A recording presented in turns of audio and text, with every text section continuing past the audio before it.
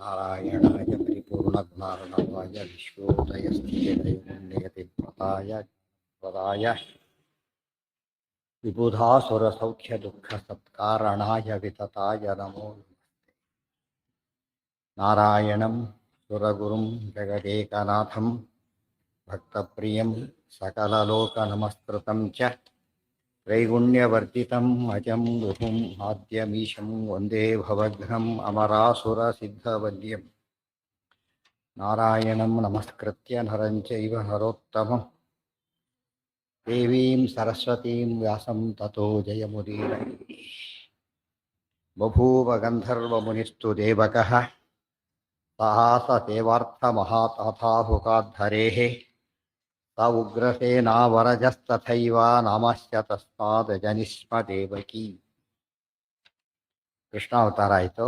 ಕೃಷ್ಣ ಅವತಾರವನ್ನು ಮಾಡನ್ನೇ ಹೊರತು ಆತನಿಗೆ ಪ್ರಾಕೃತ ದೇಹ ಮೊದಲಾದವುಗಳ ಸಂಪರ್ಕ ಸರ್ವಕ ಯಾವ ಕಾಲಕ್ಕೂ ಇಲ್ಲ ಅನ್ನೋದನ್ನು ಹೇಳಿದೆ. ನ ಶುಕ್ಲ ರಕ್ತ ಪ್ರಭವೋಶ್ಯ ಕಾಯ ತಥಾಪಿ ತತ್ಪುತ್ರತೆಯ ಉಚ್ಯತೆ ವೃಷಾ ಜನಸ್ಯ ಮೋಹಾಯ ಶರೀರತಃ ಅಸ್ಯ ಯದಾ ಅವಿರಾಸೀತ್ ಮನಸ್ವರೂಪ. ನೋಡೋದಕ್ಕೆ ಅವರ ಶರೀರದಿಂದ ಬಂದಂತೆ ಕಂಡಿದ್ದರಿಂದ ಅಸುರರ ಮೋಹನಗೊಳ್ಳಾಗಾಯಿತು. ಅಷ್ಟೇ ಹೊರತು ಪರಮಾತ್ಮನಿಗೆ ಈ ತಂದೆ ತಾಯಿಗಳ ಕ್ರಮದಲ್ಲಿ ಹುಟ್ಟೋದು ಅದು ಯಾವುದು ಇಲ್ಲೇ ಇಲ್ಲ. ಪ್ರಾಕೃತ ದೇಹ ಇದ್ದರೆ ಅದೇ ಹೊರತು ಇಲ್ಲದೆ ಹೋದ್ರೆ ಇಲ್ಲ. ಆವಿಶ್ಯ ಪೂರ್ವಂ ವಸುದೇವಮೇವ ವಿವೇಶ ತಸ್ಮಾದ್ ಋತುಕಾಲ ಏವ ದೇವೀಮುವಾಸತ್ರ ಚ ಸಪ್ತ ಮಾಸಾನ್ ಸಾರ್ಧಾನ್ ತತಶ್ಚಾವಿರಭೂತಯೋಪಿ. ಆವಿಶ್ಯ ಪೂರ್ವಂ ವಸುದೇವಮೇವ, ಲೋಕದೃಷ್ಟಿಯಲ್ಲಿ ಮೊದಲು ತಂದೆಯಲ್ಲಿ ಪ್ರವೇಶ ಅದೆಲ್ಲ ಹೇಳಿದ್ದಾರೆ ಉಪನಿಷತ್ತಿನಲ್ಲಿ. ಮತ್ತು ವೈರಾಗ್ಯಪಾದ ಸಾಧನಾಧ್ಯಾಯ ಬ್ರಹ್ಮಸೂತ್ರದ ಹೇಳಿದ್ದಾರೆ ಹೇಗೆ ಹುಟ್ಟಿ ಬರುತ್ತಾನೆ ಜೀವ ಅಂತೇಳಿ. ಅದನ್ನು ಮೋಹ ಮಾಡಲಿಕ್ಕೆ ಆವಿಶ್ಯ ಪೂರ್ವಂ ವಸುದೇವಮೇವ, ವಸುದೇವನ ಪ್ರವೇಶ ಮಾಡಿದ ಕೃಷ್ಣ. ತಸ್ಮಾದ್ ಋತುಕಾಲೇ ಏವ ದೇವಿ ಮುವಾಸ, ಅಂದರೆ ಋತುಕಾಲದಲ್ಲೇ ದೇವಕಿ ದೇವಿಯ ಗರ್ಭವನ್ನು ಪ್ರವೇಶ ಮಾಡಿದ.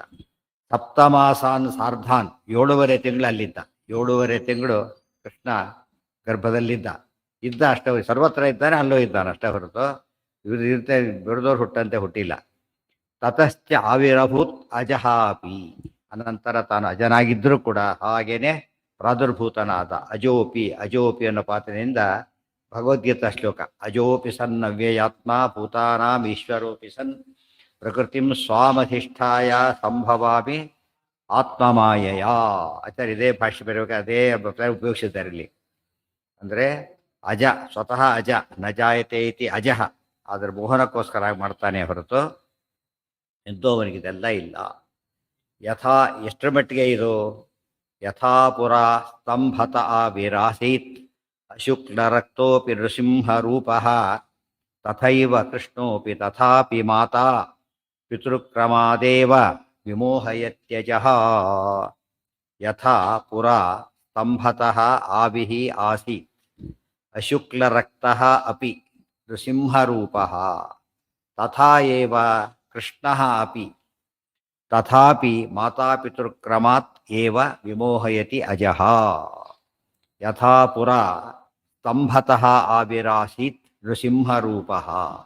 ದೃಷ್ಟಾಂತ ಕೊಟ್ಟು, ನರಸಿಂಹದೇವರನ್ನು ಯಾರಾದರೂ ಪ್ರಾಕೃತದೇವರು ಅಂತ ಕರೆಯೋಕ್ಕೆ ಸಾಧ್ಯ ಇದೆಯಾ? ಯಾಕೆ? ಕಂಬದಿಂದ ಪ್ರಾದುರ್ಭೂತ, ತಂದೆ ಇಲ್ಲ ತಾಯಿ ಇಲ್ಲ, ಸ್ತಂಭಾರ್ಭಕ, ಕಂಬದ ಮಗ ಅಷ್ಟೆ. ಅದು ಹೇಗೆ ಅಪ್ರಾಕೃತ ಅಂತ ತಕ್ಷಣ ಗೊತ್ತಾಗಬೇಕು. ಆ ರೀತಿಯಲ್ಲಿದೆ ನರಸಿಂಹರೂಪ ಒಂದೇ ಹಾಗೆ ಅಂತ ತಿಳ್ಕೊಳ್ಳೋಕೆ ಹೋಗಬೇಡಿ, ಪ್ರತಿರೂಪಗಳು ಹಾಗೇನೆ. ಅಶುಕ್ಲ ರಕ್ತ ಅಪಿ, ಅಶುಕ್ಲ ಅರಕ್ತ, ಅಶುಕ್ಲ ಅರಕ್ತ ಅಂತ ಹೇಳಿದ್ರೆ, ಅಶುಕ್ಲ ಅಂದರೆ ತಂದೆ ಇಲ್ಲ, ಅರಕ್ತ ಅಂದರೆ ತಾಯಿ ಇಲ್ಲ.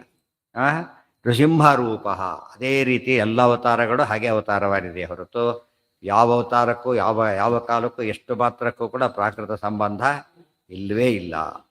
ತಥೈವ ಕೃಷ್ಣೋಪಿ, ಅದೇ ರೀತಿಯೇ ಕೃಷ್ಣ ಕೂಡ.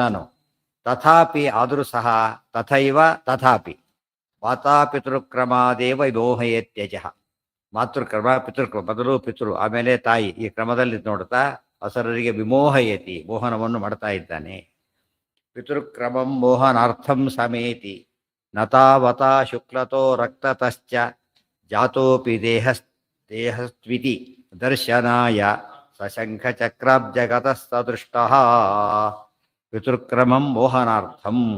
ಪಿತೃಕ್ರಮ ಹಿಂದೆ ಹೇಳಿದ ಕ್ರಮ ಅನ್ನೋದು ಮೋಹನಾರ್ಥ ಹೊರತು ಬೇರೆ ಅಲ್ಲ. ಸಮೇತಿ ಮೋಹನಾರ್ಥಂ ಪಿತೃಕ್ರಮಂ ಸಮೇತಿ, ಆ ಕ್ರಮವನ್ನ ತಾನು ಹಾಗೆ ಪಾಲಿಸಿದ್ದಾನೆ.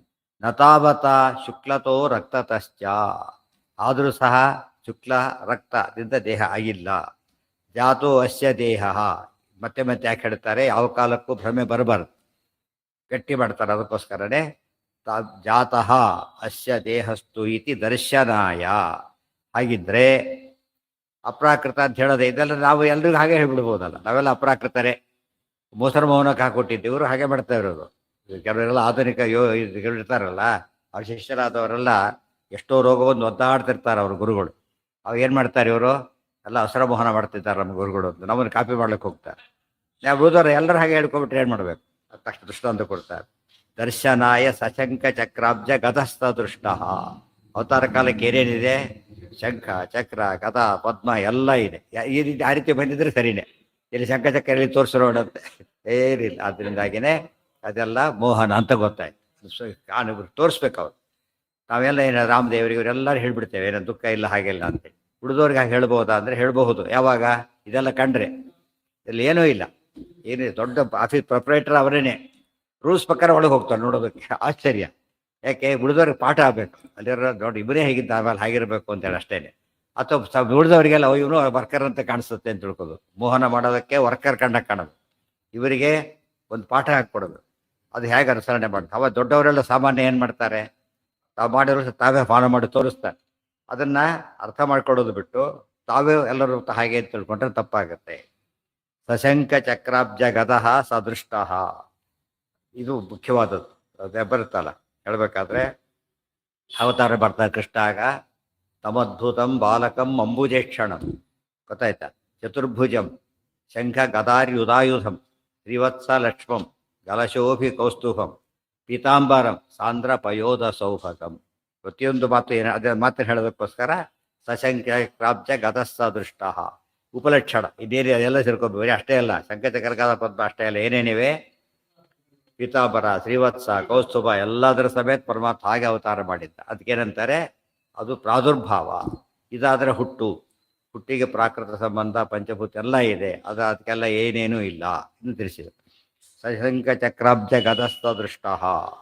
ಅನೇಕ ಇವತ್ತು ಸ್ಕೂಲಲ್ಲಿ ಏನಾಗುತ್ತೆ, ಯೂನಿಫಾರ್ಮ್ ಗಲಾಟೆ ಇದೆಯಲ್ಲ, ಬೆಸ್ಟ್ ನ್ಯೂ ಯೂನಿಫಾರ್ಮ್ ಬೇಕೆ, ಬೆಸ್ಟ್ ಯೂನಿಫಾರ್ಮ್ ನೀವು ಯಾಕೆ ಹಾಕೊಂಡಿಲ್ಲ, ಪ್ರಿನ್ಸಿಪಲ್ ನೀವು ಯಾಕೆ ಹಾಕೊಂಡಿಲ್ಲ ಅಂತ ಕೇಳಿದರೆ ಏನಲ್ಲ, ಅವರು ಸ್ಟೂಡೆಂಟ್ಸ್ ಅಲ್ಲ, ಯೂನಿಫಾರ್ಮ್ ಯಾರಿಗೆ ಅದು, ಇವರಿಗೆ. ಸೊ ದೇವರು ಏನಲ್ಲ, ಜೀವನೇ ಅಲ್ಲ, ಜೀವರಿಗೆ ಇವೆಲ್ಲ. ದೇವರು ಏನಿದೆ, ದೇವರು. ಅದರಿಂದ ಏನಿಲ್ಲ, ಯಾವ ಕ್ರಮನೂ ಇಲ್ಲ. ಇದನ್ನು ಅರ್ಥ ಮಾಡಿಕೊಂಡ್ರೆ ನಿಜವಾಗ. ಆಕಸ್ಮಿಕ ಏನಾಗಿತ್ತು, ಒಂದ್ಸಲ ಯೂನಿಫಾರ್ಮ್ ಡ್ರೆಸ್ ಮ್ಯಾಚ್ ಆಗಿತ್ತು, ಹುಡುಗರು ಬೆಸ್ಟ್ ಹಾಕೊಂಡ್ಬಿಟ್ಟು ಹಾಗೆ. ನೀವು ಸ್ಟೂಡೆಂಟ್ ಅಂತ ಕೇಳಲ್ಲ, ಯಾಕೆ, ಅದೇನದು ಬಿಡ್ದವ್ರಿಗೆ ಇದು ಮಾಡಿದ್ದು ಅಷ್ಟೇ ಹೊರತು ಯಾವ ತಿಳಿದವ್ರಿಗೆ ಭ್ರಮೆ ಬರುತ್ತೆ. ಯಾರಿಗೂ ಭ್ರಮೆ ಬರುತ್ತೆ ಇದೆಲ್ಲ, ತಿಳಿದೇ ಇದ್ದವ್ರಿಗೆ, ಅದಕ್ಕೆ ಅಜ್ಞರಿಗೆ ಭ್ರಮೆ ಬರುತ್ತೆ ಹೊರತು ಜ್ಞಾನಿಗಳಿಗೆ ಭ್ರಮೆ ಬರೋದಿಲ್ಲ. ಜ್ಞಾನಿಗಳು ಏನು ಮಾಡ್ತಾರೆ, ಅದನ್ನೆಲ್ಲ ಸ್ತೋತ್ರ ಮಾಡ್ತಾರೆ. ಎಷ್ಟು ದೊಡ್ಡವನು ನೀನು, ಈಗಿದ್ದು ವಿಡಂಬನೆ ಮಾಡ್ತೀಯಲ್ಲ ಅಂತ ಸ್ತೋತ್ರ ಮಾಡ್ತಾರೆ. ನಮಗೆ ಪಾಠ ಹೇಳಿಕೊಡ್ತಿದ್ದೆ ಅಂತ ಅರ್ಥ ಮಾಡ್ತಾರೆ. ಇವರಾದರೆ ತಮ್ಮಂತೆ ಅಂತ ತಿಳ್ಕೊಂಡು ತಪಾಸೆ ಮಾಡಿ. ದುರ್ಯೋಧನಾದಿಗಳು ಅಲ್ಲೇನೇ ಇದೆ. ದುರ್ಯೋಧನ ಕೃಷ್ಣನ ಅಷ್ಟೇ ವಿಶ್ವರೂಪ ತೋರಿಸ್ರಿ ಅಂತ ತಿಳ್ಕೊಂಡವನು ಏನೋ ಮ್ಯಾಜಿಕ್ ಮಾಡಿದ ಅಂತ ತಿಳ್ಕೊಂಡು, ಗೊತ್ತಾಯ್ತಾ. ಉಳಿದವರಿಗೆ ತೀರಾ ನೋಡಿದ್ರೆ ಸಾಕು ಕೃಷ್ಣ ಅಂತ ಗೊತ್ತು. ಸೂರ್ಯನ ಬೋರ್ಡ್ ಹಾಕೊಂಡ್ಬರ್ತಾರೆ, ಸೂರ್ಯ ಆ ಥರ ಬೆಳಕೆ ಏನು ಹೇಳುತ್ತೆ, ಪ್ರಕಾಶ ಸೂರ್ಯ ಅಂತ ಹೇಗೆ ಹೇಳುತ್ತೆ, ಹಾಗೆ ಕೃಷ್ಣ ನೋಡಿದ್ರೆ ಸಾಕು ಗೊತ್ತಾಗಬೇಕು ನಾರಾಯಣ. ಅದು ಗೊತ್ತಾಗಲಿಲ್ಲ ಅಂದ್ರೆ ಅವ್ರಿಗೇನಿಲ್ಲ, ಒಳಗೆ ದೋಷ ಒಳಗಿರೋದ್ರಿಂದ ಅದು ಕಾಮಾಲೆ ಇದ್ದಾಗೆ. ಅವ್ರು ದೋಷ ತಮ್ಮ ಕಣ್ಣಲ್ಲಿರೋ ದೋಷ ಅಲ್ಲಿ ಕಾಣುತ್ತೆ. ದೋಷ ಇರೋದು ಕಣ್ಣಲ್ಲಿ, ತನ್ನ ಕಣ್ಣಲ್ಲಿ. ವಸ್ತು ಕಾಣೋದು ಬೆಳಗಿರೋ ವಸ್ತು ಹಳದಿ. ಇದು ಅರ್ಥ ಮಾಡ್ಕೊಂಡ್ರೆ ಕಾಮಾಲೆ ಅನ್ನೋ ಪದ ದೋಷ ಎಲ್ಲಿದೆ ಅಂತ ಸ್ಪಷ್ಟ ಹೇಗೆ ಹೇಳುತ್ತಾ, ಹಾಗೆ ಸ್ವರೂಪದಲ್ಲೇ ದೋಷ ಇದೆ, ಕಣ್ಣಿನಲ್ಲೇ ದೋಷ. ಕನ್ನಡ ಗ್ಲಾಸ್ ಹಾಕೊಂಡಿರ್ತಾರೆ, ಗ್ಲಾಸಲ್ಲಿ ದೋಷ, ಕಣ್ಣಲ್ಲಿ ದೋಷ ಇಲ್ಲ, ಗೊತ್ತಾಯ್ತಾ. ಗ್ಲಾಸ್ ಸರಿ ಇದೆ, ಆದರೆ ಹಳದಿ ಕಾಣುತ್ತೆ ಅಂದರೆ ಕಣ್ಣಲ್ಲೇ ದೋಷ ಇದೆ. ಈಗ ನಮ್ಗೆ ಅರ್ಥ, ಸ್ವರೂಪ ಒಪ್ಕೋಬೇಕೀಗ. ಎಲ್ಲಿಂದ ಕಾಣಿಸ್ತಾ ಆಗಿದ್ದಾರೆ ಅದೀಗ, ಹಳದಿ ಎಲ್ಲಿಂದ ಕಾಣಿಸ್ತೇವೆ, ಅಲ್ಲಿಲ್ಲ. ಕಾಣಿಸ್ತಕ್ಕೆ ಏನು ಕಾರಣ, ಅವನ ಕಣ್ಣಲ್ಲೇ ಇದೆ, ಅವನ ಸ್ವರೂಪದಲ್ಲೇ ಇದೆ. ಕಣ್ಣೊಂದು ದೃಷ್ಟಿ, ಅವ್ರ ಸ್ವರೂಪದ ದೃಷ್ಟಿ ಇರೋದೇ ಹಾಗೆ, ಗೊತ್ತಾಯ್ತಾ. ಸ್ವರೂಪದ ಅವ್ರ ಜ್ಞಾನ ಇರೋದೇ ಹಾಗಾದ್ರಿಂದ ಹಾಗೆ ಕಾಣಿಸ್ತಾನೆ. ಇದನ್ನೆಲ್ಲ ಒಪ್ಪಿದ ಮೇಲೆ ಸ್ವರೂಪ ಒಪ್ಪದೆ ಹೋದ್ರೆ ಏನು ಪ್ರಯೋಜನ ಇಲ್ಲ. ಸ್ವರೂಪದ ಆನ್ಸರ್ ಸಿಗದೆ ಹೋದರೆ ಕಾಮಲ್ಲಿ ಎಕ್ಸ್ಪ್ಲೇನ್ ಮಾಡೋಕ್ಕೆ ಬರೋದಿಲ್ಲ. ಹಳದಿ ಯಾಕೆ ಕಾಣಿಸ್ತು? ಇಬ್ರು ಕೂತಿದ್ದೀರಿ, ಒಬ್ಬನೇ ಕಾಣಿಸ್ತು, ಒಬ್ಬನೇ ಕಾಣಿಸ್ತಿಲ್ಲ, ಯಾತಕ್ಕೆ? ಅರ್ಜುನ ಕೃಷ್ಣ ದುರ್ಯೋಧನ ಇಬ್ಬರು ಕೃಷ್ಣನ ಹತ್ರ ಹೋದ್ರು. ಇಬ್ರು ಹೋಗಿದ್ದಾರೆ. ಕೃಷ್ಣ ಯಾಕೆ ಕಾಣಿಸ್ತಾನೆ ಅರ್ಜುನನಿಗೆ? ಸರ್ವೋತ್ತಮನಾಗಿ ಸ್ವಾಮಿ ಆಗ ಇವನಿಗೆ ಏನೋ ಒಬ್ಬ ಸಹಾಯ ಮಾಡ್ಲಿಕ್ಕೆ ಅವನಿಂದ ನಾನು ಬಂದಿದ್ದೇನೆ, ಕೊಟ್ಟರೆ ಕೊಳ್ಳಿ ಬಿಟ್ಟರೆ ಬಿಡ್ರಿ, ಕೊಟ್ಟಷ್ಟು ಹೋಗೋದು ಅಷ್ಟೇ. ಕೊಟ್ಟ ಪ್ರಸಾದ ರುಚಿ ತೊತ್ತಿದ್ರೆ ಹಾಗೆ ಆ ಥರದ ಕಾನ್ಸೆಪ್ಟ್ ಅವನಿಗಿತ್ತು. ಒಂದೇ ಬಂದಿರೋದು ಇಬ್ರು ಕೂಡ. ಸೊ ಎಷ್ಟು ಇವತ್ತು ಸಾತ್ವಿಕ ಪತಾಮಸ. ಒಬ್ಬೇ ಕೃಷ್ಣ, ಅದೇ ದ್ವಾರಕಾ ಕ್ಷೇತ್ರ, ಅದೇ time, same time, same pitch, everything same. ಜ್ಞಾನ ಮಾತ್ರ ಏನಾಗಿತ್ತು, ಬೇರೆ ಆಗಿತ್ತು, ರಿಸಲ್ಟು ಬೇರೆ ಆಯಿತು. ಆಗ ಒಂದು ವರ್ಷದೊಳಗೆ ಅವ್ರ ವಂಶ ನಿರ್ವಂಶ ಆಯಿತು, ಇವರು ಚಕ್ರವರ್ತಿಗಳಾಗಿತ್ತು. ಇದು ಅರ್ಥ ಮಾಡಿಕೊಂಡ್ರೆ ನಾವು ಸ್ವರೂಪ ದೃಷ್ಟಿ ಅನುಸಂಧಾನ ಹೇಗಿರಬೇಕು ಗೊತ್ತಾಗುತ್ತೆ. ದ್ವಾರಕದಲ್ಲಿ ಆಗಿತ್ತು, ದ್ವಾರಕಕ್ಕೆ ಹೋಗಿತ್ತು. ಅನೇಕ ಸೂರ್ಯಾಭ ಕಿರೀಟ ಯುಕ್ತೋ ವಿದ್ಯುತ್ ಪ್ರಭೆ ಕುಂಡಲೇ ಧಾರಯಂಶ್ಚ ಪೀತಾಂಬರೋ ವನಮಾಲಿ ಸ್ವನಂತ ಸೂರ್ಯೋರು ದೀಪ್ತಿ ದದೃಶೇ ಗುಣಾರ್ಣವ ಸಶಂಕ ಚಕ್ರಾಬ್ಜ ಗದಃ. ಅಲ್ಲಿಂದ ಅನೇಕ ಸೂರ್ಯಾಭ ಕಿರೀಟ ಯುಕ್ತ, ಕಿರೀಟ ಧರಿಸಿದ್ದಾರೆ ಕೃಷ್ಣ ಅವತಾರ ಮಾಡ್ತಿರ್ಲಿಕ್ಕೇನೆ. ಹೇಗಿದೆ ಅದು? ಸೂರ್ಯಾಭ, ಸೂರ್ಯನ ಕಾಂತಿ. ಎಷ್ಟು? ಅನೇಕ, ಅನೇಕ ಅನಂತ. ಅಂಥ ಕಿರೀಟ ಧರಿಸಿದ್ದಾನೆ. ವಿದ್ಯುತ್ ಪ್ರಭೆ ಕುಂಡಲೆ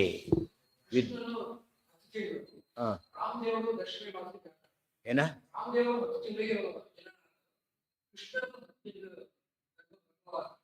ಇಷ್ಟೊತ್ತು 7.5 ತಿಂಗಳು.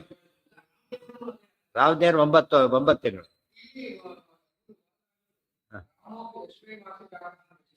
ರಾಮೋಪಿ ಅಂತ ಹೇಳಿದ್ರು ಅಷ್ಟೇ, ಕೃಷ್ಣ ಅಂತ ಹೇಳಿಲ್ವ ಅಲ್ಲಿ.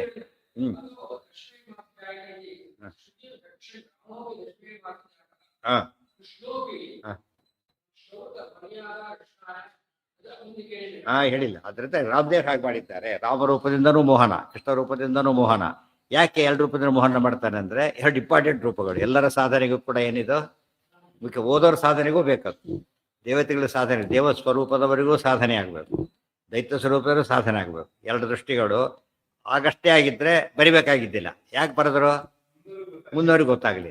ಸರ್ವಮೂಲ ಆಚಾರ್ಯ ಹೇಳಿದ್ರು, ಬರೆದ್ರು. ಯಾಕೆ? ಮುಂದವರಿಗಿದೆ. ಸೊ ಮುಂದವರಿಗೂ ಕೂಡ ಒಳ್ಳೆಯವರಿಗೆ ಒಳ್ಳೆಯ ಸಂದೇಶನೇ ಕೊಡಬೇಕು, ಕೆಟ್ಟವರಿಗೆ ಕೆಟ್ಟ ಸಂದೇಶನೇ ಕೊಡಬೇಕು. ಆದ್ದರಿಂದ ಮೋಹನಾರ್ಥ. ಉಳಿದ ರೂಪಗಳಲ್ಲಿ ಇಲ್ಲ.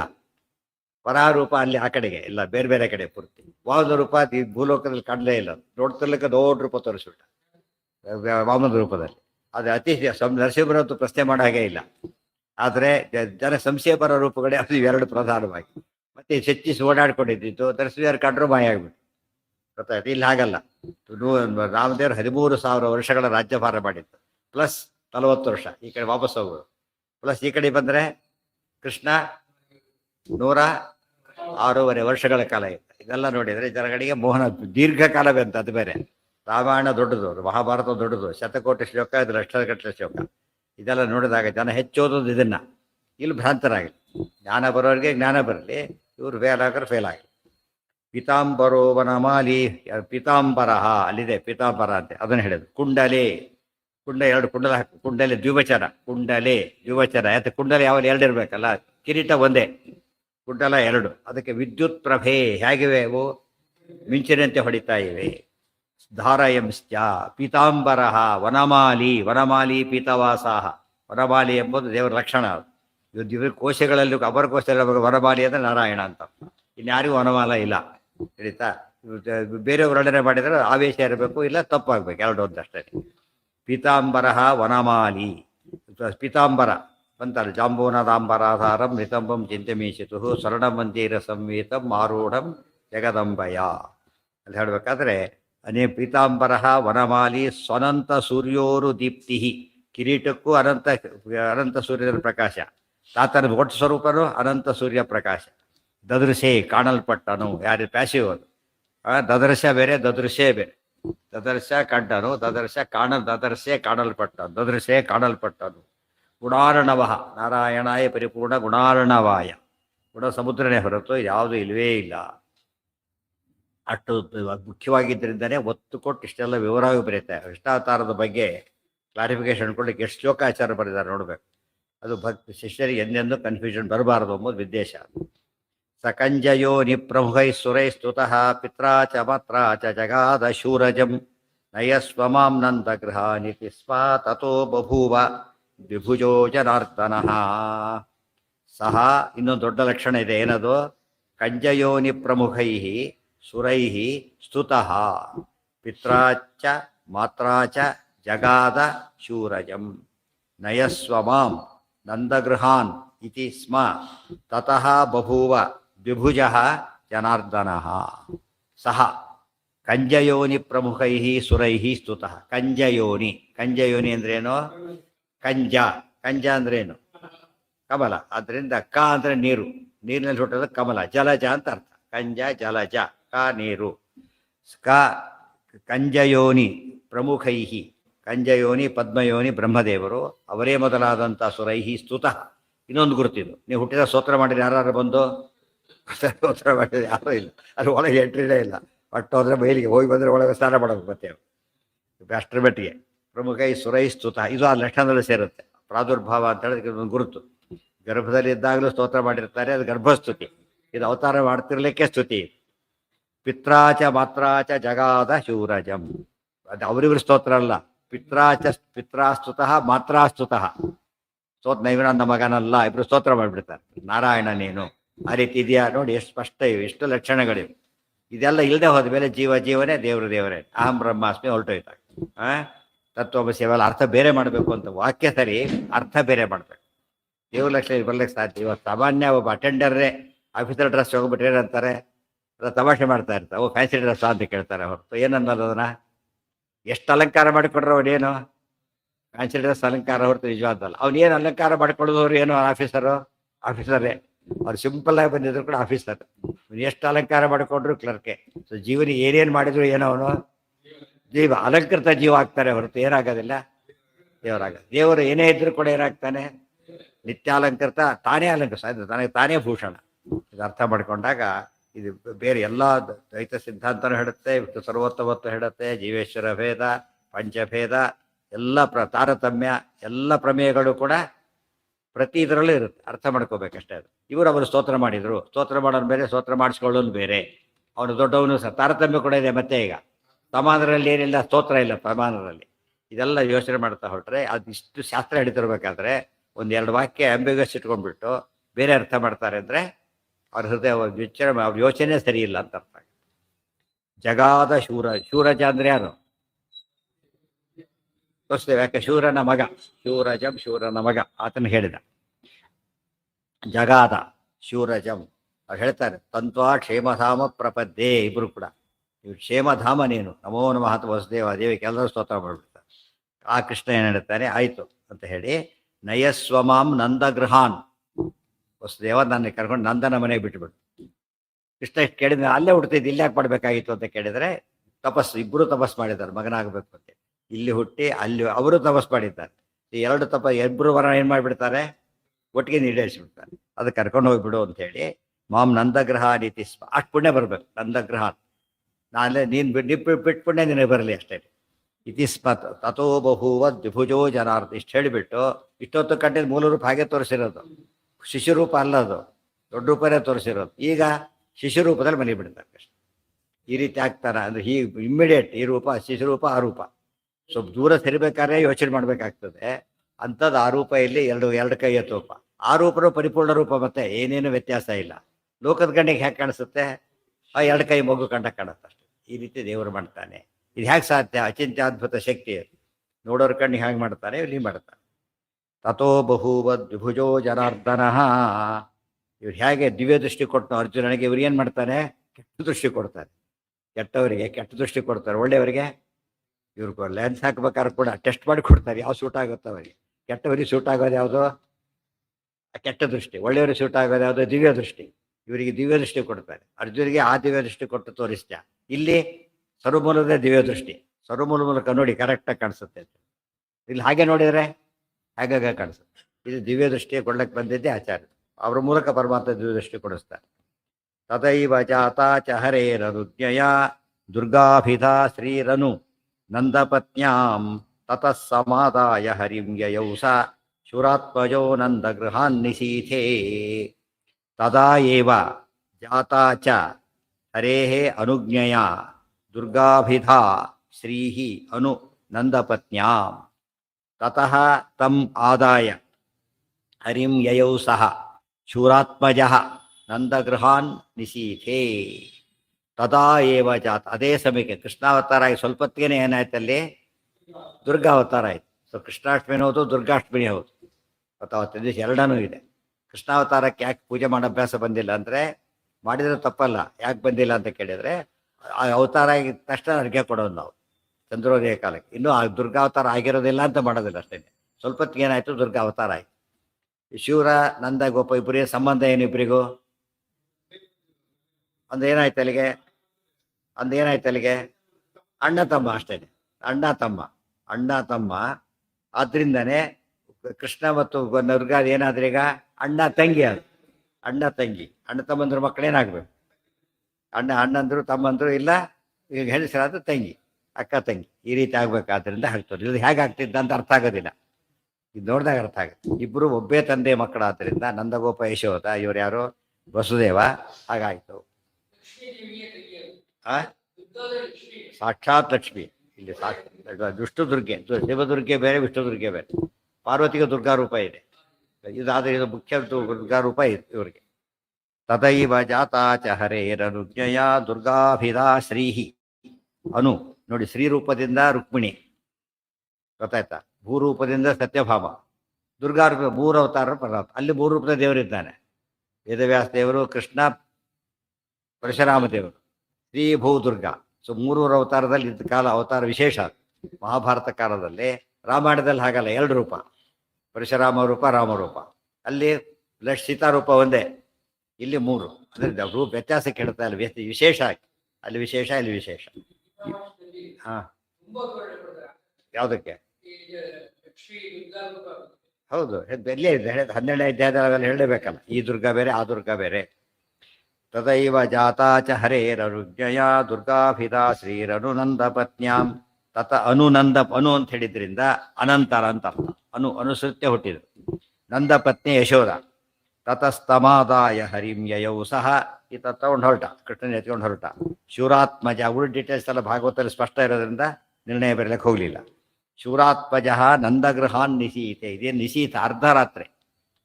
ಅದಕ್ಕೆ ರೋಹಿಣ್ಯಾಂ ಅರ್ಧರಾತ್ರೇತು ಯದಾ ಕೃಷ್ಣಾಷ್ಟಮಿ ಭವೇ ಕಾಲಾಷ್ಟಮಿ ಭವೇತ್ ಜಯಂತಿ ನಾಮ ಸಾ ಪ್ರೋಕ್ತ ಸರ್ವ ಪಾಪ ಪ್ರಣಾಶಿ. ಅರ್ಧರಾತ್ರ ಅಂದ್ರೆ ನಿಶೀತಂತೂ ಅರ್ಧರಾತ್ರಂ ಡಿಕ್ಷನರಿ. ಅದು ನಿಶೀತ ಅಂದ್ರೆ ಅರ್ಧರಾತ್ರ. ಭಾಗವತಲ್ಲೂ ಹಾಗೇನೆ, ಇವರು ಕೂಡ ಹಾಗೇನೆ. ಇಲ್ಲಿ ಇದ್ರೊಳಗೆ ಆಚಾರ್ಯ ಕರ್ಕೊಂಡು ವಾಪಸ್ ಹೋಗ್ತಿದ್ದಾರಲ್ಲ, ಏನಾಗಿತ್ತಾಗ? ಪ್ರಾಯಾ ನಿಶೀತ ಸಮಯೇ ನಿಜಮೇವ ಧಾಮ. ಯಾರು ಮಧ್ಯೆ ಭಟ್ರು ಹೊರಟ್ರಲ್ಲ, ಅದು ಕೂಡ ನಿಶೀತ, ಮಧ್ಯರಾತ್ರಿಯಲ್ಲಿ ಕರ್ಕೊಂಡು ಹೊರಟ. ಮಧ್ಯರಾತ್ರಿ ಮಳೆ ಬರ್ತಾ ಇದೆ, ಯವನಲ್ಲಿ ಅಡ್ಡ ಇದೆ, ತುಂಬು ಪ್ರವಾಹ, ದಾಟ್ಕೊಂಡು ಹೋಗ್ಬೇಕು. ಅವೆಲ್ಲ ನಾವು ಭಾಗವತಲ್ಲಿ ಹೇಳಿದ್ದಾರೆ. ಆಕೆ ಶಿವದುರ್ಗ ಹೇಳಿದ್ದೇನು? ಶಿವದುರ್ಗ. ಸಂಸ್ಥಾಪ್ಯತಂ ತತ್ರ ತಥೈವ ಕನ್ಯಕಾಂ ಆದಾಯ ತಸ್ಮಾತ್ ಸ್ವಗೃಹಂ ಪುನರ್ಯಯೌ ಹತ್ವಾ ಸ್ವಸುರ್ಗರ್ಭ ಷಟ್ಕಂ ಕ್ರಮೇಣ ಮತ್ವಾಷ್ಟಮಂ ತತ್ರ ಜಗಾಮ ಕಂಸಃ. ಸಂಸ್ಥಾಪ್ಯತಂ ತತ್ರ ತಥಾ ಏವ ಕನ್ಯಕಾಂ ಆದಾಯ ತಸ್ಮಾತ್ ಸ್ವಗೃಹಂ ಪುನಃ ಯಯೌ ಹತ್ವಾ ಸ್ವಸುಃ ಗರ್ಭಷಟ್ಕಂ ಕ್ರಮೇಣ ಮತ್ವಾ ಅಷ್ಟಮಂ ತತ್ರ ಜಗಾಮ ಕಂಸಃ. ಸಂಸ್ಥಾಪ್ಯತಂ ತತ್ರ ತಥೈವ ಕನ್ಯಕಾಂ. ಯಶೋದೇವ ಹೋದ, ಅದು ಯಾರಿಗೂ ಎಲ್ಲಿ ಕೆತ್ತಿದ್ದಾಳೆ, ಮಗು ಹುಟ್ಟಿರೋದು ಆಕೆಗೂ ಗೊತ್ತಿಲ್ಲ. ಗೊತ್ತಾ? ಆಕೆಗೂ ಎಚ್ಚರ ಇಲ್ಲ ಮೈ ಮೇಲೆ. ಬಂದಾರೆ ಹುಡುಗರು ಯಾರಿಗೂ ಗೊತ್ತಿಲ್ಲ, ಹುಟ್ಟಿದ್ದು ಯಾವ ಮಗು ಅಂತ ಯಾರಿಗೂ ಗೊತ್ತಿಲ್ಲ. ಇದು ಹೋದ, ಮಲಗಿಸ್ದೆ, ಆ ಮಗು ಎತ್ಕೊಂಡು ಬಂದ. ಈ ಮಗುನ ಮಲಗಿಸ್ದೆ, ಆ ಮಗುನ ಎತ್ಕೊಂಡು ಬಂದ. ವಿಶೇಷ ಇದು, ಎಕ್ಸ್ಚೇಂಜ್ ಆಫ್ ಬೇಬೀಸ್ ಕೇಸ್ ಇದು ಒಂದು. ಆದರೆ ಇದು ಒಳ್ಳೆ ದೈವ ಕಾರ್ಯಕ್ಕೋಸ್ಕರ, ಅದು ಮೋಸಕ್ಕೋಸ್ಕರ. ಇದು ಸತ್ಯ ಇದೆ. ಕನ್ಯಕಾಂ ಆದಾಯ ತಸ್ಮಾತ್ ಸ್ವಗೃಹಾಂ ಪುನಃ ಯಯೌ. ಸ್ವಗೃಹಂ ಪುನಃ ಯಯೌ. ಕನ್ಯಕಾ ಅನ್ನೋ ಬಹಳ ಸ್ವಾರಸ್ಯವಾದ ಪದ ಇದು. ಈ ದುರ್ಗಾರೂಪಕ್ಕೂ ಕೃಷ್ಣಕ್ಕೂ ಮದುವೆ ಆಗೋದಿಲ್ಲ ಅಲ್ಲಿ. ಯಾಕೆ? ತಂಗಿ. ಅದಕ್ಕೆ ಕನ್ಯಕ ಪೂರ್ತಿ ಇನ್ನೊಬ್ರು ಮದುವೆ ಆಗಾಗಿಲ್ಲ. ಯಾಕೆ? ವಿಷ್ಣು ಪತ್ನಿ ಯಾಕೆ. ಆದ್ದರಿಂದಾಗೇನೆ ಆ ರೂಪ ಪೂರ್ತಿ ಏನದು? ಕನ್ಯಾರೂಪ. ಅವತಾರ ಮಾಡಿದ ದುರ್ಗಾರೂಪ ಕನ್ಯಾರೂಪ. ಅದಕ್ಕೆ ಕನ್ಯಾಕಾಮ್ ಅನ್ನೋ ಪದ ಥ್ರೋಟ್ ಅಪ್ಲೈ ಆಗುತ್ತೆ. ಗೊತ್ತಾಯ್ತಾ? ತಸ್ಮಾತ್ ಸ್ವಗೃಹಂ ಪುನರ್ಯಯೌ ಹತ್ವಾ ಸ್ವಸುರ್ಗರ್ಭ ಷಟ್ಕಂ ಕ್ರಮೇಣ. ಅಷ್ಟೊತ್ತಿಗೆ ಕಂಸ ಬಂದ ಅಲ್ಲಿಗೆ. 6 ಜನ ಕೊಂದು ಹಾಕಿದ್ದ ಮೊದಲು ಹುಟ್ಟಿದ ಮಕ್ಕಳನ್ನ. ಇದನ್ನ 8 ಅಂತ ತಿಳ್ಕೊಂಡೇ ಬಂದ. ಕ್ರಮೇಣ ಮತ್ವಾ ಅಷ್ಟಮಂ ತತ್ರ ಜಗಾಮ ಕಂಸಃ. 8ನೇ ಮಗು ಮಗುವಿನಿಂದ ಮೃತ್ಯು ಅಂತಿದ್ದರಿಂದ ಬಹಳ ಕೇರ್ಫುಲ್ ಆಗಿದ್ದ. ಬಂದ. ಈಗ ಅಲ್ಲಿ ಒಂದು ಸಮಸ್ಯೆ ಬಂದಾಗ ಲೋಕದೃಷ್ಟಿಯಲ್ಲಿ ಎಷ್ಟೇ ಮಗು ಇದು? ಏಳನೇದಷ್ಟೇ. ಯಾಕೆ? ಅಲ್ಲ, ಇನ್ನೊಂದು ಬಲರಾಮ. ಬಲರಾಮ ಶಿಫ್ಟ್ ಆಗಿರ್ತಾನೆ, ಯಾರಿಗೆ ಗೊತ್ತಾಗ್ಲಿಲ್ಲ. ಅದೇನ್ ಗರ್ಭಸ್ರಾವ ಅಂತ ತಿಳ್ಕೊಂಡ್ಬಿಟ್ರು ಅಷ್ಟೇ ಹೊರತು ಏನಂತ ತಿಳ್ಕೊಂಡ್ರು ಶಿಫ್ಟ್ ಆಗಿದ್ದು ಗೊತ್ತಾಗ್ಲಿಲ್ಲ. ಸೊ ಲೋಕದೃಷ್ಟಿಯಲ್ಲಿ ಏನಿದು? ಏಳನೇ ಗರ್ಭ. ಆದ್ರೆ ಕಂಸ ಬುದ್ಧಿವಂತ ಎಲ್ಲ ಲೆಕ್ಕ ಹಾಕಿದ್ದವನು. ಯಾಕಂದ್ರೆ ಅವ್ರ ಪ್ರಶ್ನೆ, ನಮಗೆಲ್ಲ ನಮ್ಮ ಪ್ರಶ್ನೆ ಅಲ್ಲ ಅದು, ಅವನ ಪ್ರಶ್ನೆ ಅದು. ಅದಕ್ಕೇನ್ ಮಾಡಿದ್ದ? ಹರಿಯರ್ ಸರಿಯಾಗಿ ಬರ್ತಿಲ್ಲ ಅಂತ ಯಾರು ನೋಡ್ತಾರೆ? ತಮ್ಮ ಸಂಬಳ ತಾವು ನೋಡ್ಕೊತಾರೆ, ಉಳಿದವ್ರು ಯಾಕೆ ಕೇಳಕ್ ಹೋಗಲ್ಲ. ತಮ್ಮದ ರೆಸ್ಪಾನ್ಸಿಬಿಲಿಟಿ. ಈಗ ಅದಕ್ಕೆ ಲೆಕ್ಕ ಹಾಕಿದ್ದ. ಓಹೋ, ಗರ್ಭಿಣಿ ಆಗಿದ್ದು ಗೊತ್ತಿತ್ತು ಅವನಿಗೆ. ಮಗು ಇಲ್ಲ ಅಂದ್ರೆ ಅದು ಏನೋ ಮೋಸ ಆಗಿದೆ, ಇಲ್ಲಿ ಎಂಟನೇದಿದೆ, ಸರಿಯಾಗಿ ಲೆಕ್ಕ ಹಾಕೊಂಬಂದ. ಇಷ್ಟೆಲ್ಲ ಸರಿಯಾಗಿ ಬೇರೆ ಕಡೆ ತಪ್ಪಿದ. ಭಾರಿ ಒಂದೊಂದು ರೂಪಾಯಿ ಭಾರಿ ಕೇರ್ಫುಲ್ ಆಗಿ ಅಡಿಸ್ದ. 2,000 ರೂಪಾಯಿ ನೋಟು ಚಕಟಾಗಿ ಅಡಿಸ್ಬಿಟ್ಟು ಆಗಾಯ್ತು. ಏನಾಯ್ತು ಅಲ್ಲಿಗೆ? ದಡ್ಡ. ಅದಕ್ಕೆ ಭಾರತ ಇದು ಹೇಳ್ತಾರೆ, ಕಾರ್ಯ ಜ್ಞಾನ ಇಲ್ಲ ಅವ್ರಿಗೆ. ಯಾವುದು ಇವತ್ತು ನಮ್ದಾಗಿರೋ ಹಾಗೆ ತಾನೆ. ಭಾರಿ ಫಸ್ಟ್ ಟೈಮ್ ಕರೆಕ್ಟ್ ಟೈಮ್ ಹೋಗ್ಬೋದು, ಸಂಧ್ಯಾವನ್ನ ಯಾವ್ದು ಬೇಕಾದ್ರೆ ಮಾಡ್ಬೋದು. ಯಾಕೆ? ಅದು ಆಫೀಸ್ ಟೈಮ್ ಸಂಬಳ ಕಟ್ ಮಾಡ್ತಾರೆ. ಇಲ್ಲಿ ಹೋದ್ರೆ ಕೇಳಲ್ಲ, ಮಾಡಿದವ್ರು ಆಯ್ತು ಅಂತ ಹೇಳಿಬಿಟ್ರು ಆಯ್ತು ಕೊನೆ ಪಕ್ಷ. ಅಂದ್ರೆ ನಮ್ಮಲ್ಲೇ ವ್ಯತ್ಯಾಸ ಬೇರೆ ಇದೆ. ದೇವ್ರಿಗೆ ಕೆಲಸ ನೋಡೋ ರೀತಿನೇ ಬೇರೆ. ವ್ರತ ದೇವ್ರ ಅಡಿಗೆ, ಇದು ನಮ್ಮ ಅಡಿಗೆ, ಅಲ್ಲಿ ವ್ಯತ್ಯಾಸ ಮತ್ತೆ. ಯಾಕೆ? ಮಾಡೋರು ಹಣೆ ಬಾರ ಎಷ್ಟು, ಬಿಟ್ಟವ್ರದ್ದು ಗೋವಿಂದ. ಮಾಡೋರು ಕೂಡ ಈ ರೀತಿ ಮಾಡಿದಾಗ ಪುಣ್ಯ ಕಡಿಮೆ ಆಗ್ತಾ ಹೋಗುತ್ತಾಗ.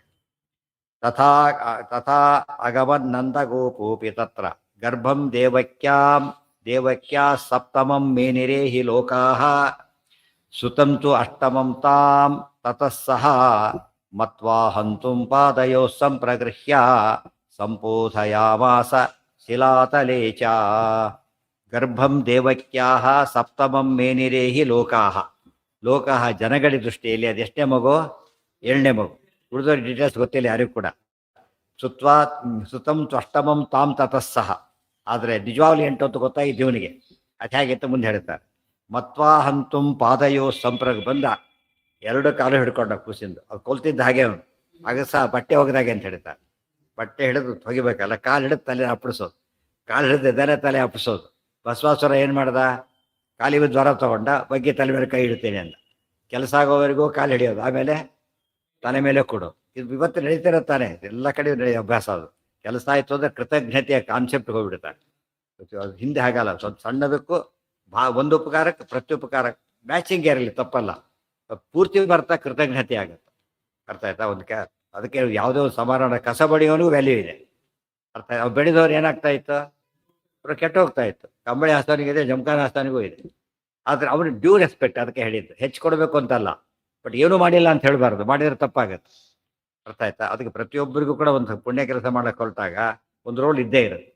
ಅದ್ರ ಅರ್ಥ ಮಾಡ್ಕೊಳ್ಳೋದೆ ಜನ ಏನು ಮಾಡ್ತಾರೆ? ಕೆಡಿಸೋದಕ್ಕೆ ಹೋಗೋದು, ಏನಾನ ಮಾಡಿ ಪುಣ್ಯದ ಬದಲು ಪಾಪ ಕಟ್ಕೊಂಡ್ಬಿಡ್ತಾರೆ. ಅಷ್ಟಮಂ ತಾಂ ತತಸ್ಸ ಮತ್ವಾ ಹಂತುಂ ಪಾದಯೋ ಸಂಪ್ರಗೃಹ್ಯ. 2 ಕಾಲು ಹಿಡ್ದ ಮತ್ತೆ. ಯಾಕೆ? ಚಿಕ್ಕ ಮಗು ಹಿಡಿಬೋದಲ್ಲ, 2 ಕಾಲು ಹಿಡಿದ್ಬಿಟ್ಟು ಸಂಪ್ರಗೃಹ್ಯ ಗಟ್ಟಿ ಹಿಡ್ಕೊಂಡು ಸಂಪೋಧಯಾಮಾಸ ಶಿಲಾತಲೆ. ಧರಾತಲೆ ಅಲ್ಲ, ಧರ ಅಂದ್ರೆ ನೆಲದ ಮೇಲೆ ಆಗಿದ್ದು, ಬಂಡೆ ಮೇಲೆ ಎಸಿತಾರೆ. ಎಂಥ ರಾಕ್ಷಸ ಇರಬೇಕು. ಅದು ಕಂಸ ಕೊಲ್ಲೋದು ಭಯಾನಕವಾದ ಕೊಲೆ.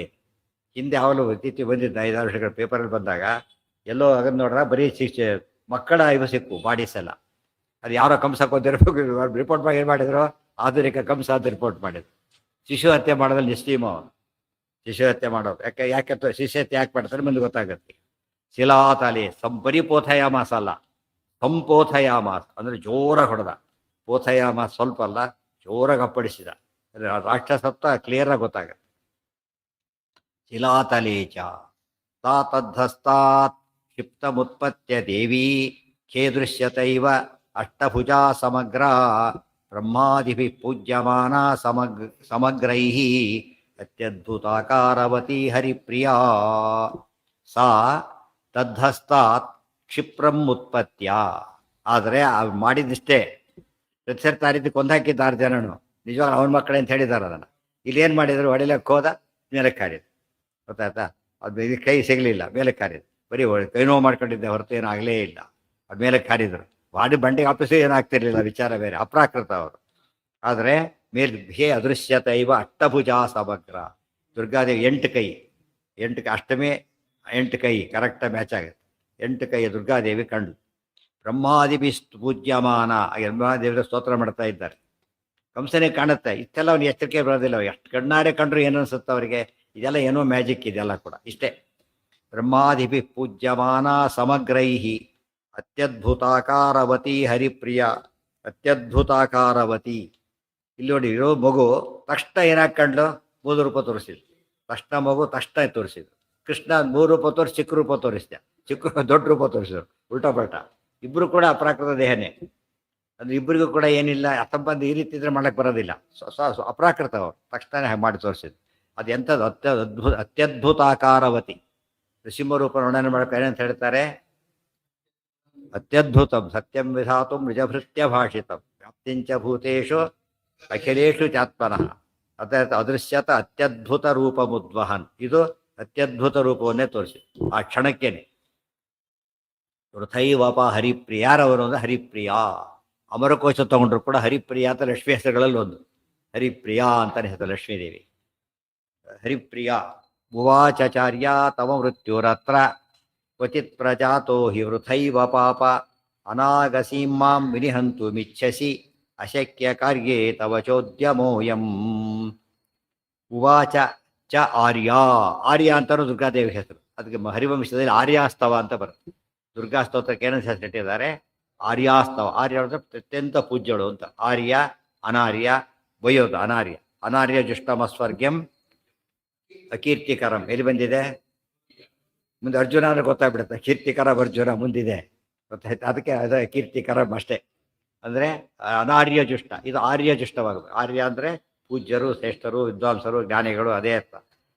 ತುಂಬ ಶ್ರೇಷ್ಠರು. ಸಮಗ್ರೈರ್ ಅತ್ಯದ್ಭುತಾಕಾರವತಿ ಹರಿಪ್ರಿಯ ಹುವಾಚಾರ್ಯ ತಮ ಮೃತ್ಯುರತ್ರ. ಆ ದುರ್ಗಾದೇವಿ ಕಂಸನ ಹೇಳಿದ್ಲು, ಕಂಸ ನಾನು ಕೊಳ್ಳಕ್ಕೆ ಹೊಟ್ಟಿದ್ದೆ, ನನಗೂ ಯಾವ ಸಂಬಂಧನೂ ಇಲ್ಲ. ನೀನು ಯಾರನ್ನು ಹಂಚಿಕೊಂಡು ಎಡ್ಡೆ ಗರ್ಭ ಅನ್ಕೊಂಡು ಸಾಯ್ಲಕ್ಕೆ ಹೊಟ್ಟಿದ್ದೀಯಲ್ಲ, ಹುಟ್ಟಿ ಆಗಿದೆ ಆಗಲೇ. ಹುಟ್ಟಬಾರ್ದು ಆಗ್ಲೇ ಕೊಲ್ಬೇಕು ಅಂತ ಕಾಯ್ತಾ ಇದ್ದೀಯಲ್ಲ, ಏನಾಯ್ತು ಈಗಾಗಲೇ? ಆಗಲೇ ಹುಟ್ಟಿ ಆಗಿದೆ. ಜಾತಃ ಕ್ವಚಿತ್ ಪ್ರಜಾತಃ. ಒಂದು ಕಡೆ ಹುಟ್ಟಿ ಆಗಿದೆ ಆಯ್ತು ಈಗಾಗಲೇ. ವೃಥೈವ ಪಾಪ. ನಾನು ಸುಮ್ಮನೆ ಏನು ಮಾಡ್ತಿದ್ದೆ? ಅನಾಗಸೀಮ್, ನನಗೇನು ಅನ್ಯಾಯ ಮಾಡಿಲ್ಲ, ಗೊತ್ತಾಯ್ತಾ? ಸುಮ್ಮನೆ ಕೊಲ್ಲಕ್ಕೆ ಬಂದೆ, ಪಾಪ ಜಾಸ್ತಿ ಆಯ್ತು ಇನ್ನೂ ಕೂಡ. ಅನ್ಯಾಯ ಮಾಡಿದ್ರೆ ಏನಾಗುತ್ತೆ ಅಲ್ಲಿಗೆ? ಅದು ಬೇರೆಯವ್ರು ಮಾಡಬಾರ್ದು. ಕ್ಷತ್ರಿಯರಿಗೆ ಅವಕಾಶ ಉಂಟು. ನಿಕೃತ್ಯ ನಿಕೃತ್ಯಂ ಹನ್ಯಾತ್ ಅಂತ. ಆದ್ರೆ ನೀನು ಮಾಡಿರೋದೇನು ತಪ್ಪು ಮಾಡಿದ್ದಿ. ಮಾಂ ವಿನಿಹಂತುಂ. ವಿನಿಹಂತುಂ, ನಿಹಂತುಂ, ವಿನಿಹಂತುಂ. ಎಷ್ಟು ಹೆಚ್ಚು ಒತ್ತು ಕೊಡ್ತಾರೆ. ಹಂತುಂ, ನಿಹಂತುಂ, ವಿನಿಹಂತುಂ. ಕೊಲ್ಲೋದು, ಚಿಕ್ಕ ಮಗುನ ಕೊಲ್ಲೋದು, ಈ ಕ್ರೌರದಿಂದ ಕೊಲ್ಲೋದು, ಮತ್ತೆ ತಲೆಗಳು ಎಷ್ಟು ಇದಾಗೋದಿಲ್ಲ, ಎಷ್ಟು ಮಹಾಪಾಪ ಅದು. ಅದಕ್ಕೆ ವಿನಿಹಂತುಂ ಇಚ್ಛಸಿ ಅಶಕ್ಯ ಕಾರ್ಯೇ ತವ ಚೋದ್ಯಮೋ. ಆದರೆ ನಿನಗೆ ಆಗದ ಕೆಲಸ ಇದು, ಅಶಕ್ಯವಾದ ಕೆಲಸ. ಅಲ್ಲ ಅಲ್ಲ ಅಲ್ಲ ಅಲ್ಲ. ಆಗಸ್ಸಂದ್ರೆ ಪಾಪ. ಅಗಹ, ಅಗಹ ಅಗಾಂಸಿ, ಅಗಸಿ ಅಗಾಂಸಿ, ಮನಸ್ಸಬ್ದ ಇದ್ದಾಗ, ಗೊತ್ತಾಯ್ತಾ? ಅನಾಗಸಿ ಅಂದರೆ ನಿರಪರಾಧಿ. ನಿನಗೇನು ಅಪಚಾರ ಮಾಡಿಲ್ಲ ನಾನು. ಅಪಚಾರ ಮಾಡಿದವ್ರಿಗೆ ಯಾರು? ನಾನೇನು ಮಾಡಿದ್ದೇನೆ ನಿನಗೀಗ? ಹುಟ್ಟಿದ ಮಗು ಹೆಣ್ಣು, ಅವನು ಹೇಳಿದ್ದೇನು? 8ನೇ ಗರ್ಭ ಗಂಡು ಅಂತ ಹೇಳಿದಾಗ ಹೆಣ್ಣು ಹುಟ್ಟಿದಾಗ ವ್ಯತ್ಯಾಸ ಆಗಲಿಲ್ಲ. ಏನು ಮಾಡಬೇಕಾಗಿದ್ರೆ ಯೋಚನೆ ಮಾಡಬೇಕಾಗಿತ್ತು. ನಾನು ಆಕಾಶ ಸರಿಯಾಗಿ ಕೇಳಿಸ್ಕೊಂಡಿಲ್ಲ ಅಥವಾ ಏನೋ ಆಗಿದೆ, ಬಿಟ್ಬಿಟ್ಟ. ಅವರೆಲ್ಲ ಒಂದು ರೀತಿ ನಂಬ್ತಾರೆ, ಒಂದು ರೀತಿ ನಂಬೋದಿಲ್ಲ. ಅದಕ್ಕೆ ಅರ್ಧ ಜನತೆಯ ಅಂತಾರಲ್ಲ ಹಾಗೆ. ಕೊಲ್ತಾರೆ ಅಂತ ಕೊಲ್ತಾರೆ. ಈ ಗಂಡು ಮಗನು ದೃಪರಾಜ ಏನು ಮಾಡ್ದ? ಹುಟ್ಟಿದ ಮಗು ಗಂಡಾಗತ್ತೆ ಅಂತ ಮೊದಲೇ ಡ್ರೆಸ್ ಆಗಿ ಬಿಡಿಸ್ಬಿಟ್ಟು ಹಾಗೆ. ಅಷ್ಟು ನಂಬಿಕೆ ಇತ್ತು ರುದ್ರಯ್ಯವ್ರ ಮಾತಿನಲ್ಲಿ. ಅದೇ ಸಂಪೂರ್ಣ ನಂಬಿಕೆ ಏನು ಮಾಡಬೇಕಾಗಿತ್ತು ಇವನು? ಇದೇನಿದು ಆಶ್ಚರ್ಯ? ಗಂಡು ಮಗು ಅಂತ ಹೇಳಿದ್ದಾರೆ, ಹೆಣ್ಣು ಹುಟ್ಟಿದೆಯಲ್ಲ, ಏನೋ ಆಗಿದೆ, ಇದಲ್ಲ. ಅಷ್ಟು ವಿವೇಕ ಇಲ್ಲ ಅಂತೂ 8 ಕೊಂದು ಹಾಕ್ಬಿಡೋದು ಅಷ್ಟೇ. ಗಂಡ ಹೆಣ್ಣು, ಮತ್ತು ಈ ಕಡೆ 8 ಆಗ್ಬೋದು, ಆ ಕಡೆ 8 ಆಗ್ಬೋದು, ಏನೋ ಲೆಕ್ಕ ಹಾಕಿದ. ಕೊನೆಗೆ ಇಷ್ಟೆಲ್ಲ ಮಾಡಿ ಸತ್ತ ಕೊನೆ. ಅದಕ್ಕೆ ಹೇಳ್ತಾರೆ ದೇವಕಿ ತಲ್ಪೆ ಅಶಕ್ಯ ಕಾರ್ಯೇ ತವಚ ಉದ್ಯಮ. ಉದ್ಯಮ ಅಂದ್ರೇನು? ಈ ಒಂದು ಉದ್ಯೋಗ, ಈ ಪ್ರಯತ್ನ ಯಾವುದ್ರಲ್ಲಿ ಮಾಡ್ತಾ ಇದ್ದೀನಿ ನಿನಗೆ? ಅಶಕ್ಯ ಕಾರ್ಯ, ಎಂದೂ ಕೂಡ ಆಗಲಾರದ ಕೆಲಸ ಮಾಡ್ಲಿಕ್ಕೆ ಹೊಟ್ಟಿದ್ದೀಯಾ ಅಂಥೇಳಿ ಮಾಯ. ಸುಮ್ಮನೆ ಮಾಯ ಆಗಲಿಲ್ಲ, ಹೊರಟು ಬಿಟ್ಟು ಇದಿಷ್ಟೆಲ್ಲ ಹೇಳಿ ಹೊರಟು. ಹಾಂ ಮುಂದೆ ಬರುತ್ತದೆ ಈಗ. ಅದೇ ಮುಂದೆ ಬರುತ್ತೆ ಈಗ. ಅದನ್ನ ನೆಕ್ಸ್ಟ್ ಪಾಯಿಂಟ್ ಅದನ್ನೇ ಹೇಳ್ತಾರೆ. ಉಕ್ವೇತಿ ಕಂಸಂ ಪುನರೇವ ದೇವಕಿ ತಲ್ಪೆ ಅಶಯದ್ಬಾಲ ರೂಪೈವ ದುರ್ಗಾ ನಾಜ್ಞಾಶಿಷುಸ್ತಾಮಥ ಕೇಚನಾತ್ರ ಋತೆ ಹಿ ಮಾತಾ ಪಿತರೌ ಗುಣಾಢ್ಯಾಂ. ವಿಶೇಷ ಅಂಶ ಹೇಳ್ತಾರೆ ಈಗ. ಇದೆಲ್ಲರೂ ಏನು ತಿಳ್ಕೊಂಡು ದುರ್ಗಾದೇವಿ ಹೊರಟೋಗ್ಬಿಟ್ರು ಅಂತೇಳಿ. ಹೊರಟೋಗಿಲ್ಲ ಅಂತ ಹೇಳ್ತಾರೆ. ಹೊರಟೋಗಿಲ್ಲ. ಅವ್ರೇನು ಮಾಡಿ ಮುಕ್ತ್ವಾ ಇತಿ ಕಂಸಂ ಪುನಃ ಏವ ದೇವಕೀ ತಲ್ಪೆ ಅಶಯತ್ ಬಾಲರೂಪ ಏವ ದುರ್ಗಾ. ಮತ್ತೆ ಚಿಕ್ಕ ರೂಪ ತಗೊಂಡ್ಬಿಟ್ಟು, ಮಗು ರೂಪ ತಗೊಂಡ್ಬಿಟ್ಟು ಏನು ಮಾಡಿದ್ರು? ಅಲ್ಲೇ ಉಳ್ಕೊಂಡ್ರು. ದೇವಕಿ ತಲುಪೆ, ದೇವಕಿ ಪಕ್ಕದಲ್ಲಿದೆ. ಕೃಷ್ಣ ಬರೋವರೆಗೂ ಕೂಡ ಅವ್ರ ಮಕ್ಕಳಿಗೆ ನೋಡಲಿಲ್ಲ ಅಂತ ಆಗಬಾರ್ದು ಅಂತೇಳಿ ಮೊದಲಾರು ಹೋಗ್ಬಿಟ್ರು. ಅವರೆಲ್ಲ ಮೂರಲ್ಲೇ ಉಳ್ಕೊಂಡ್ಬಿಟ್ರು ಪಿತೃಕಾ ಪುತ್ರ ಧರ್ಮದಿಂದ. ಅದಕ್ಕೆ ಇರಲಿ ಅಂತ ಪಕ್ಕದಲ್ಲಿ ಹಾಗೆ ಇದ್ದಾರೆ. ಬಾಲ ರೂಪದಲ್ಲಿ ದುರ್ಗಾದೇವಿ ಇದ್ದಾರೆ. ಸುಮ್ಮನೆ ಭಾಗವತ ಅಂತ ಗೊತ್ತಾಗೋದಿಲ್ಲ, ಅದು ಹರಿವಂಶದಲ್ಲಿ ಬರುತ್ತೆ. ಅಲ್ಲೇ ಇದ್ರು, ಅದು ಆಚಾರ ಸೇರಿಸಿ ಬರೀತಾರೆ. ಎಲ್ಲ ಗ್ರಂಥಗಳು ಹನ್ನೊಂದು ತತ್ವ ಸಮನ್ವಯ ಎಲ್ಲ ಕೂಡಿಸಿ ಹೇಳಬೇಕು. ಸರಿಯಾಗಿ ಹೇಳಿ. ಮೂಲ ರೂಪ ಇವ ದುರ್ಗಾ, ಮೂಲ ರೂಪ ದುರ್ಗಾದೇವಿನೇ ಮಲಗಿದ್ದಾಳೆ. ಆದರೆ ಉಳಿದವ್ರು ಯಾರಿಗೂ ಕಾಣಿಸ್ತೇ ಇಲ್ಲ ಅಂತ ಹೇಳ್ತಾರೆ. ನಾ ಅಜ್ಞಾಶಿಶುಸ್ತಾಮಥ ಕೇಚನಾತ್ರ, ಬೇರೆಯವ್ರ ಕಣ್ಣಿಗೆ ಕಾಣಲೇ ಇಲ್ಲ. ಅವ್ರು ಯಾರಿಗೆ ಕಾಣ್ತಾ ಇದ್ರು? ಇವರಿಗೆ ಮಾತ್ರ. ಋತೇ ಹಿ ಮಾತಾ ಪಿತರೌ ಗುಣಾಢ್ಯಾಂ, ಮಾತಾ ಪಿತರೌ ತಂದೆ ತಾಯಿಯಾದ ವಸುದೇವ ದೇವಿಕೆಯರು ಬಿಟ್ಟರೆ ಋತೆ ಎಕ್ಸೆಪ್ಟ್ ಅಂತ ಅರ್ಥ. ಗುಣಾಢ್ಯಾಂ ಬರೋ ಯಾವ ರೀತಿಯಲ್ಲಿದ್ದಾರೆ ಎಂದು ಕೂಡ ಅವ್ರಿಗೆ ಉಳಿದವ್ರಿಗೆ ಕಾಣಲೇ ಇಲ್ಲ. ಶುತ್ವಾ ತಯೋಕ್ತಂತು ತದೈವ ಕಂಸಃ ಪಶ್ಚಾತ್ತಾಪಾದ್ ವಾಸುದೇವಂ ಸಭಾರ್ಯಂ ಪ್ರಸಾದಯಾಮಾಸ ಪುನಃ ಪುನಶ್ಚ ವಿಹಾಯ ಕೋಪಂಚ ತಮೂಚತಸ್ತೌ. ಶ್ರುತ್ವಾ ತಯಾ ಉಕ್ತಂ ತು ತದಾ ಏವ ಕಂಸಃ ಪಶ್ಚಾತ್ತಾಪಾತ್ ವಸುದೇವಂ ಸಭಾರ್ಯಂ ಪ್ರಸಾದಯಾಮಾಸ ಪುನಃ ಪುನಃ ಚ ವಿಹಾಯ ಕೋಪಂ ಚ ತಂ ಊಚತುಃ ತೌ. ಶ್ರುತ್ವಾ ತಯೋ, ಎಲ್ಲ ಕಂಸ ಕೇಳಿಸ್ಕೊಂಡ ಮೇಲೆ ತದೈವ ಕಂಸಃ ಪಶ್ಚಾತ್ತಾಪಾತ್, ಭಾರಿ ಪಶ್ಚಾತ್ತಾಪ ಉಂಟಾಯಿತು. ಆ ಕೂಡ್ಲೇನೆ ವಸುದೇವಂ ಸಭಾರ್ಯಂ ಪ್ರಸಾದಯಾಮಾಸ. ಅಹೋ ಭಗಿನಿ, ಅಹೋ ಭಾಮ ಮಾತಾಡ್ತಾನೆ. ಅಯ್ಯೋ ತಂಗಿ, ಅಯ್ಯೋ ಭಾವ, ಎಂತ ಕೆಲಸ ಮಾಡಿಬಿಟ್ಟೆ ನಾನು, ಭಾರಿ ತಪ್ಪಾಯಿತು. ಆಕಾಶವಾಣಿ ಮಾತು ನಂಬಿಕೊಂಡು ಎಲ್ಲರೂ ಕೊಂದಾಕಿಬಿಟ್ಟೆ, ಏನೇನೋ ಆಗೋಯ್ತು ಅದೀಗ, ದಯವಿಟ್ಟು ಕ್ಷಮಿಸ್ಬಿಡು ಅಂತೇಳಿ ಕೇಳ್ಕೊತಾನೆ. ಇಷ್ಟೆಲ್ಲ ಮಾಡಿ ಇದಂತೆ ಇದು ಕೊಂದಾಕ್ಬಿಟ್ಟು ಸಾರಿ ಅಂದರೆ ಕ್ಷಮಿಸ್ಬಿಡ್ತಾರೆ ಯಾರು. ಅದು ಸಣ್ಣ ಪುಟ್ಟ ತಪ್ಪನ್ನು ಕ್ಷಮಿಸ್ತಾರೆ. ಆದರೆ ಬಸ್ಸಲ್ಲಿ ಹೋಗ್ತದೆ ಕಾಲು ತೊಳೆದು ಕ್ಷಮಿಸ್ತಾರೆ. ಅದು ಉದ್ದೇಶಪೂರ್ವಕವಾಗಿ ಕ್ಷಮಿಸೋದಿಲ್ಲ, ಆಕಸ್ಮಿಕವಾಗಿ ಕ್ಷಮಿಸ್ತಾರೆ. ಉದ್ದೇಶಪೂರ್ವಕ ಮಾಡಿರೋದು ಮಹಾಪಾಪ, ಆರ್ಭಟ ಹೊಂದಿರೋದು ಎಲ್ಲ ಮಾಡಿ ಕ್ಷಮಿಸ್ಬಿಡೋದು ಅಂತ ಕೇಳ್ತಾರೆ. ಅದು ನಾಚಿಕೆ. ಅದಕ್ಕೂ ಏನಾಗಬೇಕು, ಅವರಿಗೆ ಕ್ಷಮೆ ಕೇಳೋದಕ್ಕೂ ನನ್ನ ಬಾಯಿ ಇಲ್ಲ ಅಂತ ಹೇಳ್ತಾರೆ. ಆ ಸ್ಥಿತಿ ಬರಬೇಕು ನ್ಯಾಯವಾಗಿ. ಅದಿಲ್ಲ. ಯಾಕೆಂದ್ರೆ ಪಶ್ಚಾತ್ತಾಪ ಎಂಥದ್ದು ನಾಟಕ ಅದಷ್ಟೇ, ಬೇರೆ ಅಲ್ಲ. ಪಶ್ಚಾತ್ತಾಪಾತ್ ಒಳಗೆ ನಿಜವಾದ ಪಶ್ಚಾತ್ತಾಪ ಆಗಿದ್ದು ಒಳಗೆ ಭೃಗುಮುನಿಗಳ ಸನ್ನಿಧಾನ ಇತ್ತು. ಆದರೆ ವಾಸ್ತವವಾಗಿ ಇವ್ರು ಮಾಡಿದ ನಾಟಕ, ಅವ್ರು ಮಾಡಿದ ಸತ್ಯ ಅಷ್ಟೆ. ಪಶ್ಚಾತ್ತಾಪಾತ್ ವಸುದೇವಂ ಸಭಾರ್ಯಂ ಅಂದರೆ ಸಭಾರ್ಯ ಪತ್ನಿ ಸಮೇತ ವಸುದೇವ ಅಂದರೆ ದೇವಿಕೆ ಸಮೇತನಾದ ವಸುದೇವನನ್ನ ಕೇಳ್ಕೊಂಡ. ಪ್ರಸಾದಯಾಮಾಸ, ದಯವಿಟ್ಟು ಕ್ಷಮಿಸಿ ಕ್ಷಮಿಸಿ ಅಂತ ಪುನಃ ಪುನಶ್ಚ ಮತ್ತೆ ಮತ್ತೆ ಮತ್ತೆ ಕೇಳಿದ. ವಿಹಾಯ ಕೋಪಂಚ ತಮು, ಅವರೆಂಥವ್ರು ಗೊತ್ತಾ, ಪಡಿತೀರಿ ತಿರುಗಿ ಹೊಡೆದು ಬಿಡ್ತಾರೆ. ಇಷ್ಟು ಕೆಲಸ ಮಾಡಿದ್ರು ಕೂಡ ಅವ್ರು ಹೇಳಿದ್ರಂತೆ. ಅವ್ರು ಹೇಳ್ತಾರೆ, ಯೋಚನೆ ಮಾಡಬೇಡ ಕಂಸ, ಹೋಗ್ಲಿ ಬಿಡು, ಸಮಾಧಾನ ಮಾಡ. ಅವ್ರು ಸಮಾಧಾನ ಮಾಡ್ತಾರೆ. ಈ ಸಾತ್ವಿಕ ಸ್ವಭಾವ ಹೇಗಿರುತ್ತೆ ಅಂದರೆ, ಅವ್ರ ಆ್ಯಂಗಲ್ ಆಫ್ ಇದೇ ಇವನೇ ಬೇರೆ, ಇವನೇ ಬೇರೆ ಹೇಳೋದು ನೋಡಿ. ಅವ್ರು ಹೇಳೋ ಸಮಾಧಾನ ಹೇಗೆ ಮಾಡ್ತಾರೆ ನೋಡಿ. ಭಾಗವತಲ್ಲಿ ಬರುತ್ತದೆ. ಸುಖಸ್ಯ ದುಃಖಸ್ಯ ಚ ರಾಜಸಿಂಹ ನಾಣ್ಯ ಕರ್ತ ವಾಸುದೇವಾದಿತಿ ಸ್ಮ ಆನೀಯ ಕಂಸೋತ ಗೃಹೇ ಸ್ವಮಂತ್ರಿಣಃ ಪ್ರೋವಾಚ ಕನ್ಯಾ ವಚನಂ ಸಮಸ್ತಂ. ಸುಖಸ್ಯ ದುಃಖಸ್ಯ ಚ ರಾಜಸಿಂಹ, ಅವ್ರ ಮಾತು ನೋಡಿ ಹೇಗಿದೆ. ಏ ರಾಜಸಿಂಹ, ರಾಜಶ್ರೇಷ್ಠ, ಸುಖಸ್ಯ ಚ ದುಃಖಸ್ಯ, ಸುಖ ಹಾಗೂ ದುಃಖಗಳಿಗೆ ನಾಣ್ಯ ಕರ್ತ, ಬೇರೆ ಯಾರೂ ಕರ್ತರು ಅಲ್ಲ, ವಾಸುದೇವಾದಿತಿ ಸ್ಮ, ದೈವೇಚ್ಛೆ ಇದು ಅಂತ ಹೇಳ್ತಾರೆ. ಪಾಪ ಅದು ಎಷ್ಟು ಕೂಲ ತಗೊಂಡಿದ್ದಾರೆ ಅವರು ಅಂದರೆ, ದೈವೇಚ್ಛೆ ಅಷ್ಟೇ, ಇನ್ನು ಜಪ ಅಷ್ಟೇ, ನಮ್ಮ ಹಣೆ ಬರ ಆಗಿತ್ತು ಹಾಗಾಯ್ತು ಅಂತ ಹೇಳಿ. ಇದು ಸಾತ್ವಿಕರ ಸ್ವಭಾವ. ಎಲ್ಲ ಪಾಸಿಟಿವ್ ಆಗಿ ನೋಡೋದು. ಇವರು ಎಲ್ಲ ಪ್ರತಿಯೊಂದು ನೆಗೆಟಿವ್ ಆಗಿ ನೋಡೋದು, ಆ್ಯಂಟಿ ಆಗಿ ನೋಡೋದು. ಎರಡೇ ನೆಗೆಟಿವ್ ಆಗಿ ಎರಡು ರೀತಿ. ಒಂದು ಇಲ್ಲ ಮೊದಲು ಹಾಗೇನೆ ಆ್ಯಕ್ಚುಲಿ ವಿರೋಧ ಆಗಿ ನೋಡೋದು. ಇಷ್ಟು ಮಾಡ್ತಾರೆ. ಸುಖಸ್ಯ ದುಃಖಸ್ಯ ಚ ರಾಜಸಿಂಹ ನಾಣ್ಯ ಕರ್ತ ವಾಸುದೇವಾದಿತಿ ಸ್ಮ. ನಾಹಂಕರ್ತ ಹರಿಕರ್ತ, ನೀನು ಕರ್ತ ಅಲ್ಲ, ವಾಸುದೇವ ಕರ್ತ. ವಾಸುದೇವ ಸುಮ್ಮನೆ ಮಾಡೋದಿಲ್ಲ. ಹೇಗೆ ಮಾಡ್ತಾನೆ? ಒಂದು ಕಾರಣ ಇದ್ದೇ ಇರುತ್ತೆ. ನ್ಯಾಯಾಧೀಶರ ಜಡ್ಜ್ಮೆಂಟ್ ಅಂದರೆ ನ್ಯಾಯದ ತಕ್ಕಂತೆ ಮಾಡಿದ್ದಾರೆ ಅಂತ. ಹೆಸರೇ ನ್ಯಾಯಾಧೀಶ.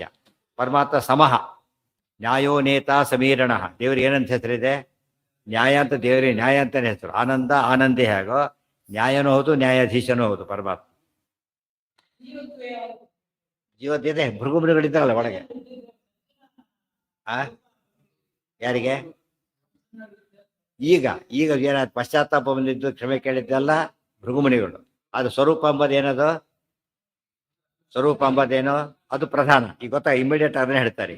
ಆನೀಯ ಕಂಸೋತ ಗೃಹೇ ಸ್ವಮಂತ್ರಿಣಃ. ಇಮಿಡಿಯೇಟ್ ಎಮರ್ಜೆನ್ಸಿ ಮೀಟಿಂಗ್ ಕರೆದ. ರಾತ್ರಿ ಇಲ್ಲಿ ಹೋದವನು ಮೀಟಿಂಗ್ ಕರೆದಿದ್ದಾನೆ. ಏನು ಮಾಡಿದಾನೆ ಗೊತ್ತಾ? ಆಹೂಯ ಮಂತ್ರಿಣ ಅಂದ್ರೇನು? ಮಂತ್ರಿಗಳನ್ನ ಕರೆದ ಕ್ಯಾಬಿನೆಟ್ ಮೀಟಿಂಗ್ ಅದು ಅವ್ರಿಗೆ. ಪ್ರೋವಾಚ ಕನ್ಯಾ ವಚನಂ ಸಮಸ್ತ, ಎಲ್ಲ ಕತೆ ಹೇಳಿದ. ಅಶರೀರವಾಣಿ ಇಲ್ಲಿ ನಡೆದು ಈ ಕನ್ಯೆ ಹೇಳಿ ಅಲ್ಲಿ ಹುಟ್ಟುಬಿಟ್ಟಿದ್ದಾನಂತೆ. ಜಸ್ಟ್ ಬಾರನ್ ಬೇಬಿ ಆದ್ರಿಂದ ಚಿಕ್ಕವನಾಗಿರಬೇಕು. ಅದಕ್ಕೆ ಏನ್ ಮಾಡ್ಬೇಕು? ಚಿಕ್ಕ ಮಕ್ಕಳೆಲ್ಲ ಕೊಂದು ಹಾಕ್ಬೇಕು. ಈಗ ಶುರುವಾಯ್ತು ಅವ್ರು. ಚಿಕ್ಕವನು ಯಾತಕ್ಕೆ ಕೃಷ್ಣ ಯಾರು ಅಂತ ಗೊತ್ತಿಲ್ಲ, ಅಷ್ಟು ಜನ ಎಲ್ಲ ಮಕ್ಕಳು ಕೊಂದು ಹಾಕ್ಬಿಟ್ರೆ ಒನ್ ಆಫ್ ದಮ್ ಕೃಷ್ಣನೂ ಹೋಗ್ಬಿಡ್ತಾನೆ ಅಂತ. ಈ ರೀತಿ ಟೆರರಿಸ್ಟ್ ಕಾನ್ಸೆಪ್ಟೇ ಇದೆ. ಯಾರೋ ಒಬ್ಬನ ಕೊಲ್ಬೇಕಾಗತ್ತೆ, ಏನ್ ಮಾಡ್ತಾರ ಅವರು? ಯಾರನ್ನು ಕೊಂದಾಗ ಅವನೊಬ್ಬನ ಕೊಲ್ಲೋದಿಲ್ಲ. ಎಷ್ಟನ್ನ ಟೆರರಿಸ್ಟ್ ಬೇರೆ, ಮರ್ಡರ್ ಬೇರೆ. ಮರ್ಡರ್ ಮಾಡೋಣ ಏನ್ ಮಾಡ್ತಾನೆ? ಹುಡುಕ್ ಮಾಡ್ತಾನೆ. ಇವನ್ ಹಾಗಲ್ಲ, ಒಬ್ಬ ಹುಡುಗಿ ಅವರೆಲ್ಲ ಹೋಗ್ಲಿ ಅಂತ ಮಾಡ್ತಾನೆ.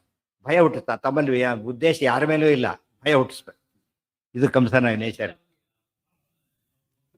ಇದು ಪುಣ್ಯ ಕೆಲಸನ, ಇದು ಭಯಂಕರ ಪಾಪ ಇದು. ಹ ಹ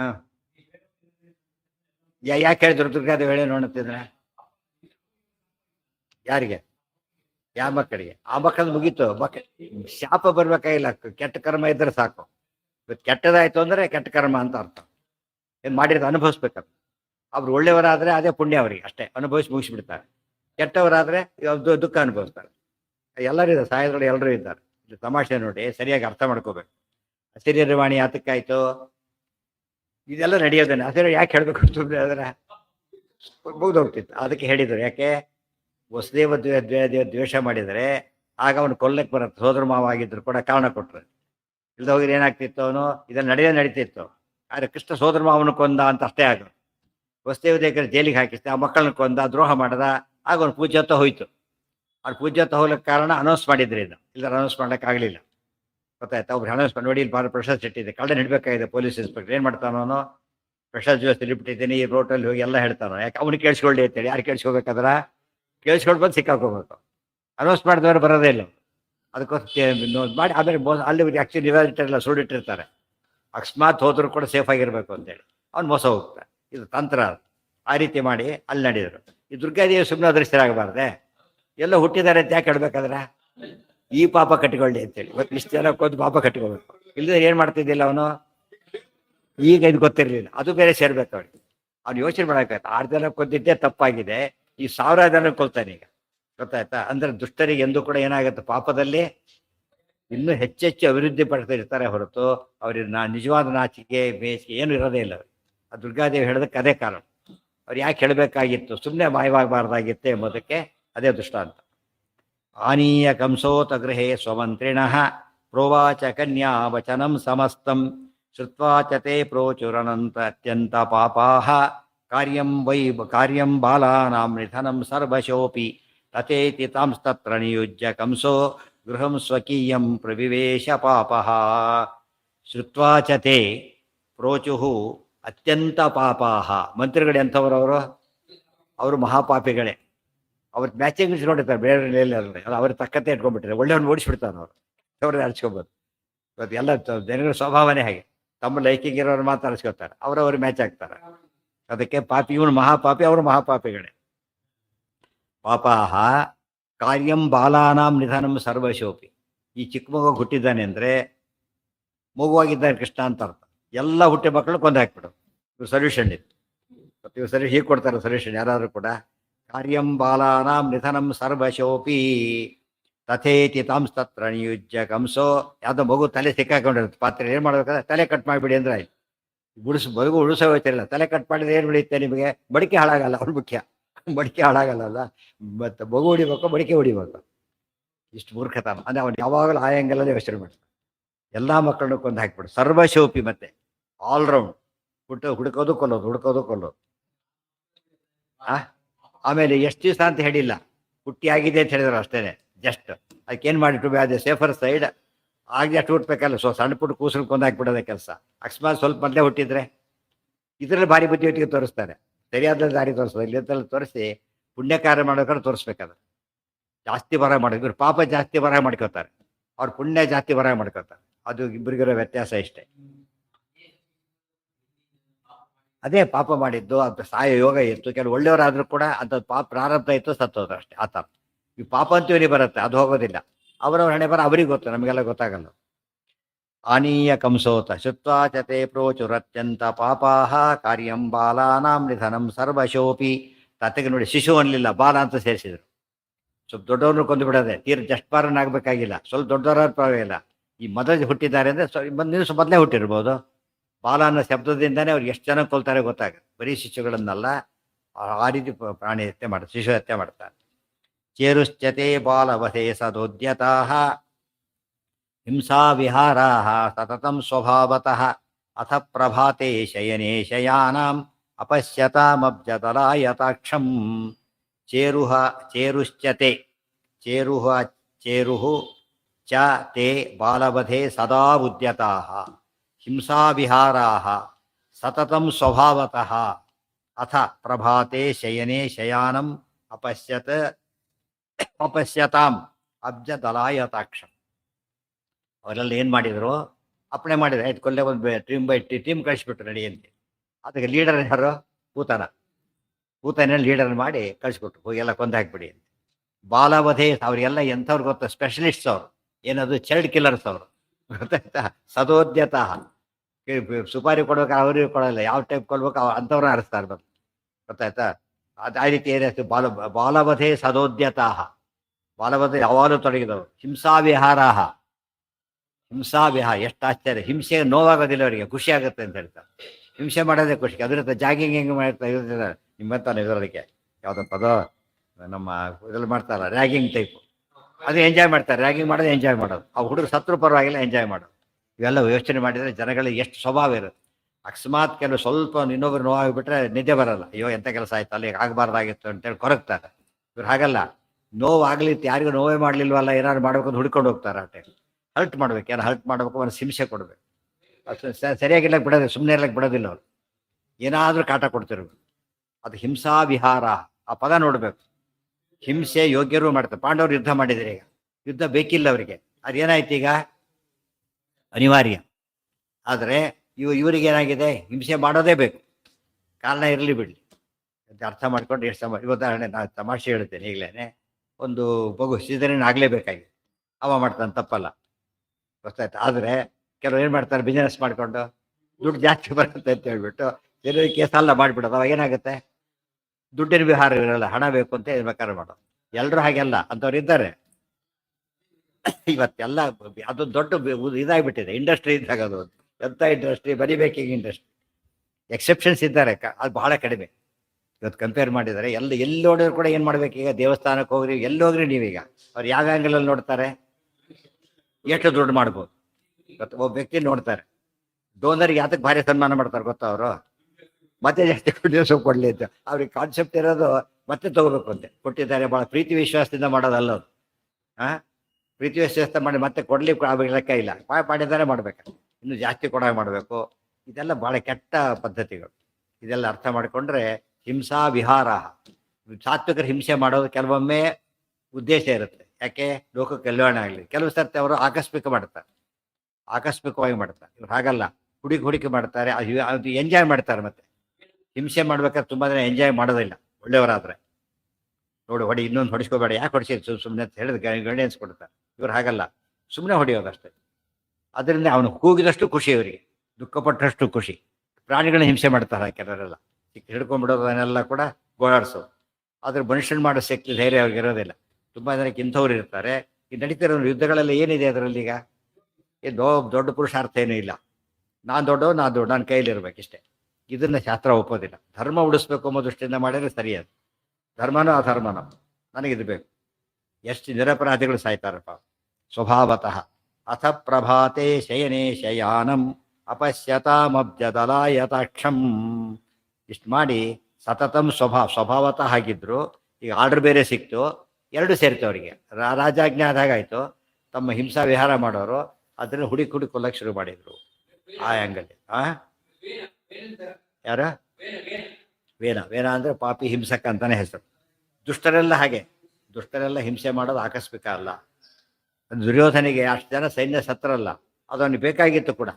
ಜನ ಸಾಯ್ಲಿ, ನಾನು ಸತ್ತ ಮೇಲೆ ಅವ್ರಾಗ ಬದುಕು, ಈ ಯೋಚನೆ ಮಾಡ್ತಾನೋ ಮಾಡಿ ಎಲ್ಲರೂ ಕೊಂದಷ್ಟು ಸುಖ ಅವನಿಗೆ. ಪಾಂಡವ್ ಚಿಕ್ಕ ಮಕ್ಕಳನ್ನು ಕೊಂದು ಅದಕ್ಕೆ ಎಂಜಾಯ್ ಮಾಡಿ ಸತ್ತ ಆದ್ರೆ ಹೇಳ್ಬೇಕಾದ್ರೆ.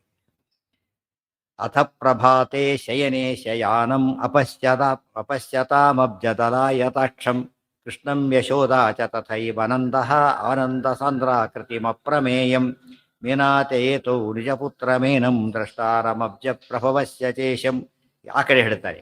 ಇಷ್ಟೊತ್ತು ಕೂಡ ಏನಾಯ್ತಿದು, ರಾತ್ರಿ ಇಷ್ಟು ಇನ್ನೂ ಬೆಳಗಾಗಿಲ್ಲ, ಅಷ್ಟರಲ್ಲಿ ಅಷ್ಟೊಳಗೆ ನಡೆದ ಕಥೆ ಹೇಳಿದ್ರಿ. ಈಗ ಬೆಳಗಾಯ್ತು, ಬೆಳಗಾಗತ್ತೆ ಅಲ್ಲೇನಾಯ್ತು ಹೇಳ್ತಾರೆ. ಅಂದರೆ ಆಚಾರ್ಯ ಕ್ರೊನಾಲಜಿ ಹೇಗೆ ಮೇಂಟೈನ್ ಮಾಡ್ತಾರೆ, ಆ ರೀತಿ ನೋಡ್ಬೇಕು. ಗ್ರಂಥ ಓದಬೇಕು ಅಂದರೆ ಇವತ್ತು ಕಥೆ ಕಾದಂಬರಿ ವಿಮರ್ಶೆ ಮಾಡೋರು ಕೂಡ ಸುಮ್ಮನೆ ಮಾಡೋದಿಲ್ಲ. ಹೇಗೆ ಮಾಡ್ತಾರೆ, ಅದು ವಿಷಯ ಹೇಗಿದೆ, ಅವ್ರು ಬರೆಯೋ ಸ್ಟೈಲ್ ಹೇಗಿದೆ ಗೊತ್ತಾಯ್ತಾ, ಒಟ್ಟು ಇಂಪ್ಯಾಕ್ಟ್ ಏನಾಗುತ್ತೆ ಅಷ್ಟೆಲ್ಲ ಯೋಚನೆ ಮಾಡ್ತಾರೆ. ತಾತ್ಪರ್ಯ ಎಳೆಯರ ಯಾವುದೋ ಕತೆ ಪುಸ್ತಕಕ್ಕಿಂತ ಹೋಪ್ಲೆಸ್ ಆಗಿ ಹೋದ್ರೆ ಏನು ಮಾಡ್ಬೇಕು, ಅದಕ್ಕೆ ಶ್ರದ್ಧೆಯಿಂದ ಓದಬೇಕು. ಅದಕ್ಕೆ ಪ್ರತಿಯೊಂದನ್ನು ಹೇಗೆ ಹೇಳ್ತಾರೆ, ಯಾವ ಟೈಮಿಂಗ್ಸಿಂದ ಹಿಡಿದು ಎಲ್ಲೆಲ್ಲೂ ವ್ಯತ್ಯಾಸ ಆಗಬಾರ್ದು ಅಂತ ಆ್ಯಪ್ಟ್ ವರ್ಡಿಂಗ್ಸು ಗೊತ್ತಾಯ್ತಾ. ಎಲ್ಲೂ ಡೈಗ್ರೇಷನ್ ಇಲ್ಲ, ಸುಮ್ಮನೆ ಹೇಳೋದು ಇಲ್ಲೇ ಇಲ್ಲ, ಸುದ್ದಕ್ಕೂ ಯೋಚನೆ ಮಾಡಲಿಕ್ಕೂ ಸಾಧ್ಯ ಇಲ್ಲ. ಅದು ಅವಾಗ ಭಕ್ತಿ ಬರುತ್ತೆ. ಅಷ್ಟನ್ನು ಮಾಡಿ ಏನಾಗುತ್ತಾಗ ಒಳ್ಳೆ ಭಕ್ತಿ ಬರುತ್ತೆ. ಯಾವ್ಯಾವುದೋ ಕಥೆ ಕಾದಂಬರಿ ವಿಮರ್ಶೆ ಮಾಡಿಬಿಟ್ಟು ರಘುವಂಶ ಕೃತಿಗೆ ಓದ್ತಾರೆ, ಒಳ್ಳೆ ಕಾವ್ಯ, ಸಂಶಯ ಇಲ್ಲ.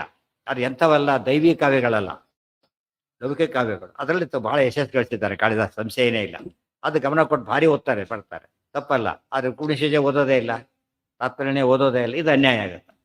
ಓದಿನ ಏನು ಮಾಡಬೇಕು, ಮತ್ತು ಇದನ್ನು ವಿಮರ್ಶೆ ಹೇಗೆ ಮಾಡಬೇಕು, ಇದಕ್ಕೆ ತಕ್ಕಂತೆ ಮಾಡಬೇಕು. ಇವತ್ತು ಸೈನ್ಸ್ ಬುಕ್ಗೆ ಒಂದು ಟೆಕ್ನಿಕಲ್ ಬುಕ್ನ ರಿವ್ಯೂ ಮಾಡೋದೇ ಬೇರೆ, ಒಂದು ಫಿಕ್ಷನ್ ರಿವ್ಯೂ ಮಾಡೋದೇ ಬೇರೆ. ಮತ್ತು ಅದಕ್ಕೆ ಎಕ್ಸ್ಪರ್ಟ್ಸ್ ಬೇರೆ ಬೇರೆ ಇರಬೇಕು. ಅದಕ್ಕೋಸ್ಕರ ಇದೆಲ್ಲ ಯೋಚನೆ ಮಾಡೋದೇ. ಮತ್ತು ನ್ಯೂಸ್ ಇವ್ರನ್ನ ಕಳಿಸ್ತಾರಲ್ಲ, ಇಲ್ಲ ಅಲ್ಲಿ ಎಲ್ಲರೂ ಒಂದಕ್ಕೆ ಹೋಗ್ತಿರ್ತಾರೆ, ಅಲ್ಲ ಯಾವ್ದವರು ಅವರೇ ಹೋಗ್ತಿರ್ತಾರೆ ಅಷ್ಟೇ. ಹಾಗಲ್ಲ, ಟೆಕ್ನಿಕಲಿ ಹೇಗೆ ಹೋಗ್ಬೇಕು ಗೊತ್ತಾ, ಯಾವುದೋ ಸ್ಪಿರಿಚುವಲ್ ಕಾನ್ಫರೆನ್ಸ್ ಅದರಲ್ಲಿ ಸ್ಪೆಷಲಿಸ್ಟ್ನ ಕಳಿಸ್ತಾರೆ, ಯಾವುದೋ ಪೊಲಿಟಿಕಲ್ ಅದರಲ್ಲಿ ಕಳಿಸ್ತಾರೆ. ಮತ್ತು ಯಾರು ನೀವು ಫ್ರೀ ಇದೆಯಾ ಹೋಗು ಕಳಿಸೋದು ಅಷ್ಟೇ. ಹಾಗಾಗಬಾರ್ದು. ಅವಾಗ ಏನು ಮಾಡ್ತಾರೆ, ಅರ್ಥ ಮಾಡ್ಕೋತಾನೆ ಫಸ್ಟ್ ಅವ್ರು. ನೀನು ಅರ್ಥನೇ ಮಾಡಿಕೊಂಡು ಏನೋ ಬರೆದು ದೊಡ್ಡ ಗಲಾಟೆ ಶುರು ಆಗುತ್ತೆ ಇದ್ದಕ್ಕಿದ್ದಾಗ. ಕೆಲಸಕ್ಕೆ ಬರೋದಾಕಿ ಅವ್ನು ಇನ್ನೂ ಅವನು ಬರೀಬೇಕಾದ್ರೆ ಏನು ನಡೀತೋ ಸ್ಪಿರಿಟ್ ಅರ್ಥ ಮಾಡ್ಕೋತಾನೆ, ಕರೆಕ್ಟಾಗಿ ಹೇಳ್ತಾನೆ. ಅದರಿಂದ ಜನಗಳಿಗೆ ಏನಾಗೋದಿಲ್ಲ, ಉಪಯೋಗ ಆಗುತ್ತೆ ಎಂದು ಮನಸ್ಸಲ್ಲಿ ಉದ್ವೇಗ ಬರೋದಿಲ್ಲ. ಇವರು ಯಾರೋ ರಾ ಪೀಪಲ್ ಹೋಗ್ತಾರೆ, ಗೊತ್ತಿಲ್ಲ, ಅನ್ಕನ್ಸರ್ನ್ಡು, ಇಮ್ಮೆಚ್ಯೂರ್ಡ್, ಬಟ್ಟೆ ರಿಪೋರ್ಟ್ ಹಾಳು ಮಾಡಿಬಿಟ್ಟು ಅದರಿಂದ ಎಷ್ಟೋ ಜನ ಸಾಯ್ತಾರೆ ಅದರಿಂದ. ಮತ್ತೆ ಹಾಗಾಗಬಾರ್ದು. ಇದೆಲ್ಲ ಅರ್ಥ ಮಾಡಿಕೊಂಡೆ ತಾತ್ಪರ್ಯಮಯವಾದ ಗ್ರಂಥಗಳನ್ನು ವಿಮರ್ಶೆ ಮಾಡೋ ಪದ್ಧತಿ ನಮ್ಮಲ್ಲಿ ಇಲ್ಲವೇ ಇಲ್ಲ. ಓದೋ ಪದ್ಧತಿ ಬಂದರೆ ವಿಮರ್ಶೆ ಮಾಡೋ ಪದ್ಧತಿ ಬರುತ್ತೆ, ಓದೋ ಪದ್ಧತಿನೇ ಬಂದಿಲ್ಲ. ಭಕ್ತಿ ಪ್ರಧಾನ ಅಲ್ಲ, ಅದು ಭಕ್ತಿ ಉದ್ದೇಶ. ಕವಿ ತಾನೇ ಹೇಳ್ತಾನೆ, ಬಂದಹ ಕವಿ ಯಶ ಪ್ರಾರ್ಥಿ ಗವಿಷ್ಯಾಮಿ ಉಪಹಾಸ್ಯತಾಂ. ನನಗೆ ಕವಿ ಆಗಬೇಕು ಅಂತ ಬಯಕೆ ಇದೆ, ತಪ್ಪಲ್ಲ ಅದು, ಅವನ ಪ್ರಕಾರ ಹಾಗಿತ್ತು ಅಷ್ಟೇ. ನಾವೇನು ಮಾಡಬಾರ್ದು, ಅದು ಪಂಪ ಹಾಗೆ ಹೇಳ್ತಾನೆ. ಪಂಪ ಹೇಳಬೇಕಾದ್ರೂ ಕೂಡ ಪಂಪ ಭಾರತ ಬರೀತಾನೆ, ಬೆಳಗುವೇನು ಅಲ್ಲಿ ಜನಾಗಮಂ ಗೊತ್ತಾ, ಅಲ್ಲಿ ಆದಿಪುರಾಣ ಇನ್ನೊಂದು ಬರೆದಿದ್ದಾನೆ, ಅಲ್ಲಿ ನಾನು ನಮ್ಮ ಜೈನ ಶಾಸ್ತ್ರವನ್ನು ಹೇಳ್ತೇನೆ. ಬೆಳಗುವಿನಲ್ಲಿ ಲೌಕಿಕಮಂ ಅಲ್ಲಿ ಜನಾಗಮಂ. ಮಹಾಭಾರತ ಬರೀತೇನೆ, ಏನಿದು ಲೌಕಿಕ ಗ್ರಂಥ ಅಂತ ಹೇಳ್ತಾನೆ. ಅವ್ನು ಯಾಕೆ ಹಂಗಿಲ್ಲಿರೋದೇ ಹಾಗೆ. ಆದ್ದರಿಂದ ನಾವೇನು ಮಾಡಬಾರ್ದು, ಈಗ ಅದು ನಿಜ ರಿಯಲ್ ಭಾರತ ಅಂತ ತಿಳ್ಕೊಬಾರ್ದು. ಯಾತಕ್ಕೆ, ಅವನೇ ಹೇಳ್ತಾನೆ ನಾನು ರಿಯಲ್ ಭಾರತ ಲೌಕಿಕವಾಗಿ ನೋಡಿ ಬೆಳಿತೇನೆ ಅಷ್ಟೇ. ನಿಮ್ಮ ಪ್ರಕಾರ ಏನು, ನನ್ನ ಪ್ರಕಾರ ಏನದು ಲೌಕಿಕವಾಗಿ ಆ ರೀತಿ ವಿಮರ್ಶೆ ಮಾಡಿ. ಇವತ್ತು ತುಂಬ ಜನ ಮಾಡೋದು ಹಾಗೇನೆ. ಅದು ನಾವು ಹಾಗೆ ಮಾಡಬಾರ್ದು. ನಾವು ಹಾಗೆ ಮಾಡ್ಬೇಕು. ಇದನ್ನ ದೇವಸ್ಥಾನ ಅವನಿಗೇನು ಕಾಣುತ್ತೆ ಅದಷ್ಟೇ, ಒಂದು ಸ್ಟ್ಯಾಚ್ಯೂ ಅಷ್ಟೇ. ಅದು ಬೀದಿಯಲ್ಲಿ ಬಂದು ದೇವಸ್ಥಾನ ಕೂಡಿಸಿದ್ದಾರೆ ಅಷ್ಟೇ, ಸ್ಟ್ಯಾಚ್ಯೂ ಅಷ್ಟೇ ಅವನಿಗೆ. ಇವರಿಗೆ ದೇವ್ರ ವಿಗ್ರಹ. ಇದೆಲ್ಲ ಅರ್ಥ ಮಾಡ್ಕೊಂಡಾಗ ಅಂಥವ್ನ ದೇವಸ್ಥಾನ ಕಳಿಸಿದ್ರೆ ಪಜಿತ ಆಗುತ್ತೆ. ಅದು ದೇವಭಕ್ತನ್ನೇ ಕಳಿಸ್ಬೇಕು. ಇವತ್ತು ತಾತ್ಪರ್ಯದ ಪ್ರಚಾರ ಏನೇನೂ ಆಗಿಲ್ಲ. ಆದ್ದರಿಂದ ಇಷ್ಟು ದೊಡ್ಡ ಗ್ರಂಥ ಇದು. ಇದನ್ನ ಹಿಸ್ಟ್ರಿ ಆಫ್ ಸಂಸ್ಕೃತ್ ಲಿಟ್ರೇಚರ್ ಬರಿಬೇಕಾದ್ರೆ ತುಂಬ ಜನ ಒಂದು 2-3 ಲೈನ್ ಬರೀತಾರೆ, ಒಂದು ಪ್ಯಾರ ಬರ ಬಿಟ್ಬಿಡ್ತಾರೆ. ವರ್ಕ್ ಆಫ್ ಕೆಲವು ಅದನ್ನೂ ಬರೆಯೋದಿಲ್ಲ. ಈ work of Madhvacharya Mahabharata having so many shlokas and sargas ಅಂತ ಬರ ಮುಗಿಸ್ಬಿಡ್ತಾರೆ ಅಷ್ಟೇ. ಅದ್ರ ಹೊರ್ತು ಗೊತ್ತಾಗ್ಲಿಕ್ಕೆ ಸಾಧ್ಯ, ನಮ್ಮವರಿಗೆ ಗೊತ್ತಿಲ್ಲ ಅಂದರೆ ಅವ್ರಿಗೆ ಹೇಗೆ ಗೊತ್ತಿರ್ಲಿಕ್ಕೆ ಸಾಧ್ಯತೆ ಇದೆ. ಆಚಾರ್ಯ ಸಮಸ್ತ ಶಾಸ್ತ್ರಾರ್ಥ ವಿನಿರ್ಣಯೋಯಂ ವಿಶೇಷತೋ ಭಾರತ ವರ್ತಮಾನಿ. ವಜ್ರದ ಬೆಲೆನ ಕಲ್ಲು ಅಂತ ತಿಳ್ಕೊಂಡು ಅಂತ ಹೇಳೋದಿಲ್ಲ, ಹುಡುಗರು ಆಡ್ತಾ ಇದ್ರು ಆಫ್ರಿಕಾದಲ್ಲಿ. ಹಾಗಾಗಿ ಆಚಾರ್ಯ ತಾತ್ಪರ್ಯನ ಯಾವುದೋ ಕಥೆ ಅಂತ ತಿಳ್ಕೊಂಡ್ರೆ ಅಷ್ಟು ಅನರ್ಥ ಮಾಡೋದಾಗ್ಲಿಕ್ಕೆ. ಹ್ಮ್ 1000 ಸತ್ ಹೇಳಿದ್ದೀನಿ, ಮಾಡಿಲ್ಲ, ಟೆಕ್ಸ್ಟ್ ಬುಕ್ ಮಾಡಿಲ್ಲ, ಗೊತ್ತಾಯ್ತಾ. ಟೆಕ್ಸ್ಟ್ ಬುಕ್ ಆಗಿಲ್ಲ ಅದು. ಎಲ್ಲಿ ಅಲ್ಲೆಲ್ಲೇ 1000 ಸತ್ ಹೇಳಿ ಆಗಿದೆ, ಮಾಡಿಲ್ಲ, ಮಾಡಬೇಕು ಅಂತ ಅವ್ರು ಹೂ ಅಂತಾರೆ, ಮಾಡಿಲ್ಲ. ಸ್ವಲ್ಪ ದಿವಸ ಮತ್ತೆ ತೆಗೆದಾಕ್ಬಿಟ್ರು, ಸ್ವಲ್ಪ ದಿವಸ ಯಾರು ಮಾಡಿದ್ರು, ಆಮೇಲೆ ತೆಗೆದಾಕ್ಬಿಟ್ರು ಮತ್ತೆ. ಅದು ಅಂದರೆ ವಿಶ್ವಾಸ ಹುಟ್ಟಿಲ್ಲ ಅಂದರೆ ಕಾರಣ ಏನೋ, ಓದೋ ಕ್ರಮ ಗೊತ್ತಿಲ್ಲ. ಫಸ್ಟ್ ಹಾಗೆ ಓದಬೇಕು ಅಂತ ಸ್ವಲ್ಪ ಗೊತ್ತಾದರೆ ಆಗ ಅದು ಎಷ್ಟು ದೊಡ್ಡದು ಅಂತ ಗೊತ್ತಾಗುತ್ತೆ. ಸುಧಾ ಗ್ರಂಥನ ಪ್ರತ್ಯಕ್ಷರ ಪ್ರತಿಪದವಂತ ರಾಯರ ವರ್ಣನೆ ಮಾಡಿದ ಮೇಲೆ ಇದು ಆಚಾರ್ಯ ಬರೆದ ಸುಧಾ, ಆಚಾರ್ಯ ಬರೆದ ಸುಧಾ. ಇದನ್ನು ಓದೋದೇ ಇಲ್ಲ, ಪ್ರತ್ಯಕ್ಷ ಓದೋದೇ ಇಲ್ಲ ಅಂದರೆ ಎಂಥ ಆಶ್ಚರ್ಯ ಇದೆ. ಬೇರೆಯವರು ಆಶ್ಚರ್ಯ ಪಟ್ಬಿಡ್ತಾರೆ, ಟೆಕ್ಸ್ಟ್ ಬುಕ್ ಓದೋದಿಲ್ಲ ಅಂತ. ಇದು ಪಾಸ್ ಆಗೋದು ಹೇಗೆ ಆಗಿದ್ರೆ? ಟೆಕ್ಸ್ಟ್ ಬುಕ್ ಓದೋದ್ರೆ ಪಾಸ್ ಆಗೋ ಚಾನ್ಸೇ ಇಲ್ಲ. ಜ್ಞಾನ ಹೇಗೆ ಬರುತ್ತೆ ಯೋಚನೆ ಮಾಡಿ.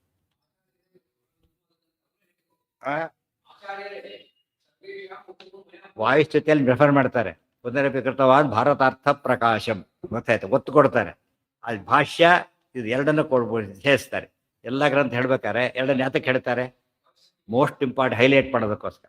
ನಿತ್ಯ ಹೇಳೋದು ಪದಾನ ಅಷ್ಟೇ, ಅಲ್ಲಿ ಕೃಷ್ಣಾರ್ಪಣ. ಒಂದು ಭಾರತ ಹೇಳಿದ ಪ್ರಕಾಶಂ, ಭಾರತ ಅರ್ಥ ಪ್ರಕಾಶ, ಇನ್ನೊಂದು ಹೆಸರು ಹೇಳಿದ್ರು. ಇದರಲ್ಲಿ ಓದ್ಬೇಕಾದ್ರೆ ಆಗ ಎಷ್ಟು ಆಕ್ಯುರಸಿ ಏನಿದು, ಯಾವ ಕವಿ ಯೋಚನೆ ಮಾಡೋಕ್ಕೂ ಸಾಧ್ಯ ಇಲ್ಲ, ಬರೀತಾರೆ. ಈಗ ಬೆಳಗಾಯಿತು, ನೋಡಿದ್ರು, ಅದು ಕೃಷ್ಣ ನೋಡ್ತಾರೆ. ಈಗ ತಮ್ಮ ಮಗ ಅಂತ ತಿಳ್ಕೊತಾರೆ. ನಾಳೆ ದಿವಸ ಓಂ ಹ್ರಿಯಃಪತ್ತೇ ನಿತ್ಯ ಗಣಿತ ಗುಣಮಾಣಿಕ್ಯ ವಿಶದ ಪ್ರಭಾ ಅಲೋಲ್ಲಾಸೋಪಹತ ಸಕಲಾವತ್ಯ ತಮಸೇ ಜಗಜ್ಜನ್ಮಸ್ಥೇಮ ಪ್ರಳಯ ರಚನಾಶೀಲ ವಪುಷೇ ನಮೋ ಅಶೇಷಾಮ್ನಾಯ ಸ್ಮೃತಿ ಹೃದಯ ದಿಕ್ತಾಯ ಹರಯೇ.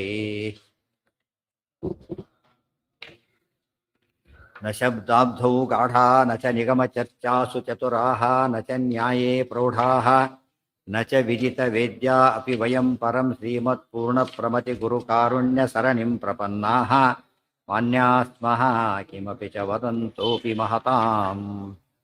ನಾರಾಯಣಂ ನಿಖಿಲ ಪೂರ್ಣ ಗುಣೈಕ ದೇಹಂ ನಿರ್ದೋಷಮಪ್ಯತಮಮಪ್ಯಖಿಲೈಃ ಸುವಾಕ್ಯೈಃ ಅಶ್ಯೋದ್ಭವಾದಿತಮಶೇಷ ವಿಶೇಷತೋಪಿ ವಂದ್ಯಂ ಸದಾ ಪ್ರಿಯತಮಂ ಮಮ ಸನ್ನಮಾಮಿ. ಓಂ ಓಂ ಅಥಾತೋರ್ಮ ಜಿಜ್ಞಾಸ ಓಂ. ಅದಕ್ಕೆ ಕಥೆ ಹೇಳ್ತಾರೆ. ಯಾರೋ ಒಬ್ಬರು ದೊಡ್ಡ ಗುರು ಜ್ಞಾನಿಗಳು ತೀರ್ಥ ಕೊಡ್ತಾ ಇದ್ದರಂತೆ. ಯಾರೋ ಹೆಂಗಸು ತೀರ್ಥ ತೊಗೊಂಡ್ರು. ಎಷ್ಟು ತಿಳುವಳಿಕೆ ಇತ್ತಾಕೆ. ತೊಗೊಂಡ್ಬಿಟ್ಟು ಏನೋ ಇದರಲ್ಲಿ ನ್ಯೂನತೆ ಇದೆ ಅಂತ ಹೇಳಿದ್ರೆ, ಈ ನ್ಯೂನತೆ ಇದೆ, ಭಾಳ ಆಶ್ಚರ್ಯ. ಅವ್ರು ಕೊಟ್ಟವ್ರು ಭಾರಿ ದೊಡ್ಡವರು. ಇದರಲ್ಲಿ ಅಂದರೆ ತೀರ್ಥಕ್ಕೆ ಅರ್ಥ ಆಗುತ್ತೆ. ತೀರ್ಥ ಅಂದರೆ ಶಾಸ್ತ್ರ ಅಂತ. ಅವ್ರು ಎಷ್ಟು ಓದಿರ್ತಾರೋ ಅಷ್ಟು ಸ್ಥಿತಿ ತೀರ್ಥದಲ್ಲಿರುತ್ತೆ ಅಂತ ಅರ್ಥ. ಆಯ್ತಾ? ಒಂದು ಗ್ರಂಥ ಓದಿಲ್ಲ, ತಾತ್ಪರ್ಯ ಮಿಸ್ಸಿಂಗ್ ಇದರಲ್ಲಿ, ಅದು ತಾತ್ಪರ್ಯ ಮಿಸ್ಸಿಂಗ್. ಅದು ಆಶ್ಚರ್ಯ. ಹೌದು, ಓದಿಲ್ಲ, ಎಷ್ಟು ಚೆನ್ನಾಗಿ ಹೇಳಿದ್ರು ಅಂತ ಹೇಳ್ತಾರೆ. ಅಂದರೆ ಒಬ್ಬ ಹೆಂಗಸ್ ಹೇಳಿದ್ರು ಅಂತ ಅದು ಕತೆ. ಅಂದರೆ ಅದು ಓದೇ ಇರೋ ಪದ್ಧತಿ ಅನೇಕರಿಗೆ ಇರುತ್ತೆ, ಅದು ತಪ್ಪು ಅಂತ ಗೊತ್ತಾಗುತ್ತೆ. ಯಾಕೆ ದೊಡ್ಡವರು ತೀರ್ಥ ತಗೋತಾರೆ? ಅದು ದೊಡ್ಡ ಅವ್ನು ಮುಳ್ಳು ತೆಗಿಬೇಕು, ಸರ್ಜನ್ ಆಗ್ಬೇಕು ಅದಕ್ಕೆ. ಯಾಕೆ? ಹಾರ್ಟ್ ಸ್ಪೆಷಲಿಸ್ಟ್ ಸರ್ಜರಿ ಮಾಡಬೇಕಾದ್ರೆ ಸಣ್ಣ ಮುಳ್ಳಿಗೆ ಯಾಕೆ ಅಂತ ಕೇಳಿದ್ರೆ ಅದರಲ್ಲೇ ಸಾಯ್ಬೋದು ಹೆಚ್ಚು ಕಡಿಮೆ ಆಗಿ. ಗೊತ್ತಾಯ್ತಾ? ಎಕ್ಸ್ಪರ್ಟ್ ಆಗಿರ್ಬೋದು. ನಾವು ತಗೊಳ್ಳೋದು ಏನಪ್ಪ, ಯಾವುದೋ ಒಂದು ಅಕ್ಕಿ ಇಷ್ಟು ಬೇಡ, ದೊಡ್ಡ ಪ್ರಾವಿಡೆಂಟ್ ಸ್ಟೋರ್ಸ್ಗೆ ಹೋಗ್ತಾನೆ, ಚಿಕ್ಕದಕ್ಕೆ ಯಾಕೆ ಹೋಗಲ್ಲ ಅವನು? ಹೋಗೋದಿಲ್ಲ. ಯಾಕೆ? ಇಲ್ಲಿ ಕ್ವಾಲಿಟಿ ಮೇಂಟೈನ್ ಮಾಡ್ತಾರೆ. ಅದು ಬೇಕಾಗಿರೋದು ಎಷ್ಟು? ಅದು 1 kg 2 kg ಅರ್ಧ kg ಅದಕ್ಕೆ ಒಳ್ಳೆ ಅಂಗಡಿ ಆಗ್ಬೇಕು ಅವನಿಗೆ. 4 ಬಿಟ್ಕೊಳ್ಳಿ ವರ್ಷ ಯಾರು ಹೋಗಲ್ಲ, ಮೆಡಿಕಲ್ ಶಾಪ್ಗೆ ಹೋಗ್ತಾವನು ತೊಗೋಬೇಕಾದ್ರೆ. ಯಾವುದೋ ಸಣ್ಣದು 10 ಪೈಸೆ ಬ್ಯಾಡ್ ಟ್ಯಾಬ್ಲೆಟ್ ಅವು. ಏನು ಕ್ವಾಂಟಿಟಿ ಎಕ್ಸ್ಪೆಕ್ಟ್ ಮಾಡ್ತಾರೆ ಅಂದರೆ ಅದು ಕೂಡ ಯಾರಿಂದ ಬರಬೇಕು? ಆ ಸ್ಟೋರಿಗೆ ಹೋಗಿ ಎಲ್ಲ ಇಟ್ಕೊಂಡಿರ್ತಾನೆ, ಸಿಗುತ್ತೆ ಹೋಗಿ ಅಂತೇಳಿ. ತಾತ್ಪರ್ಯ ಯಾವುದಿಲ್ಲ ಅಂದರೆ ಇದಂಥ ಸ್ಟೋರ್ ಅಂತ ಕೇಳಿ ಇಮಿಡಿಯೇಟ್ ಏನಂತ ಇದಂಥ ಸ್ಟೋರ್ ಇದು, ಅದಿಲ್ಲ ಅಂದರೆ ಯಾಕೆ ಇಂಪಾರ್ಟೆಂಟ್ ಮೆಡಿಸಿನ್ ಯಾಕಿಲ್ಲ ನಿಮ್ಮಲ್ಲಿ ಅಂತ ಕೇಳೋದಿಲ್ಲ. ಹಾಗಾಗಿ ಇವೆಲ್ಲ ವಿದ್ವಾಂಸರು ಅಂದರೆ ಹೇಗಿರಬೇಕು? ಆದಷ್ಟು ಹೆಚ್ಚು ಓದಿರ್ಬೇಕು. ಆದಷ್ಟು ಎಲ್ಲರೂ ಎಲ್ಲ ಓದಕ್ಕಾಗೋದಿಲ್ಲ, ಆದರೆ ಮ್ಯಾಕ್ಸಿಮಮ್ ಓದಬೇಕು. ಸಿಲೆಬಸ್ ಎಲ್ಲ ಕವರ್ ಮಾಡಬೇಕಲ್ಲ. ಸ್ವಲ್ಪ ಓದಿದ್ರು ಪರವಾಗಿಲ್ಲ, 6 ಕ್ವಶನ್ ಬರೀಬೇಕಲ್ಲ. ಎಲ್ಲ ಅರ್ಧ ಬರದ ಪಾಸ್ ಆಗಿಬಿಟ್ಟು ಅವನು, ಅರ್ಧ ಬರದ ಪಾಸ್ ಆಗಿಬಿಟ್ಟು. ಯಾಕೆ? 5 4 ಬಂದ್ಬಿಡ್ತು. ಒಂದನ್ನೇ ಬರದ 16 ಮಾರ್ಕ್ಸು ಫುಲ್ ಬರೆದ್ರು ಫೇಲ್ ಅವರು. ಯಾಕೆ? ಉಳಿದು ಬಿಟ್ಟಿದ್ದಾರೆ. ಆ ಅರ್ಥದಲ್ಲಿ ತಾತ್ಪರ್ಯ ಬಿಡೋದು ಅಂದ್ರೆ ಅತಿ ದೊಡ್ಡ ಗ್ರಂಥ ಬಿಟ್ಬಿಟ್ರೆ ಏನು ಮಾಡ್ಬೇಕು ಹೇಳಿ? ಆಚಾರ ಗ್ರಂಥ ಅತಿ ದೊಡ್ಡದು ತಾತ್ಪರ್ಯನೇ 5000+ ಶ್ಲೋಕ ಇರೋದು ಒಂದರಲ್ಲೇನೆ. ಅದನ್ನೇ ಬಿಟ್ಬಿಟ್ರೆ ದೊಡ್ಡದನ್ನ ಬಿಟ್ಟಾಗಲಿಲ್ಲ. ಹಾಗಿದ್ರೆ ಇನ್ನೂ ಯೋಚನೆ ಮಾಡಿದ್ರೆ ಅರ್ಥ ಆಗ್ತಾ ಇದೆ. ಹಾಂ, ಅಯ್ಯೋ 5 ಶ್ಲೋಕ, 1 ಶ್ಲೋಕನೂ ಓದಲ್ಲ. 5 ಶ್ಲೋಕ ಏನು ಅಂತ ಪ್ರತಿ ದಿವಸ 5 ಶ್ಲೋಕ ಬೇಡ, ಜೀವನದಲ್ಲಿ 5 ಶ್ಲೋಕ ಓದ್ರಿ ಕೊನೆ ಪಕ್ಷ. ಅದು ಇಲ್ಲ, ಎಷ್ಟು ಹೇಳಿದ್ರೆ ಅರ್ಥ ಇದೆ. ಇನ್ನೂ ಅರ್ಥ ಆಗಿಲ್ಲ.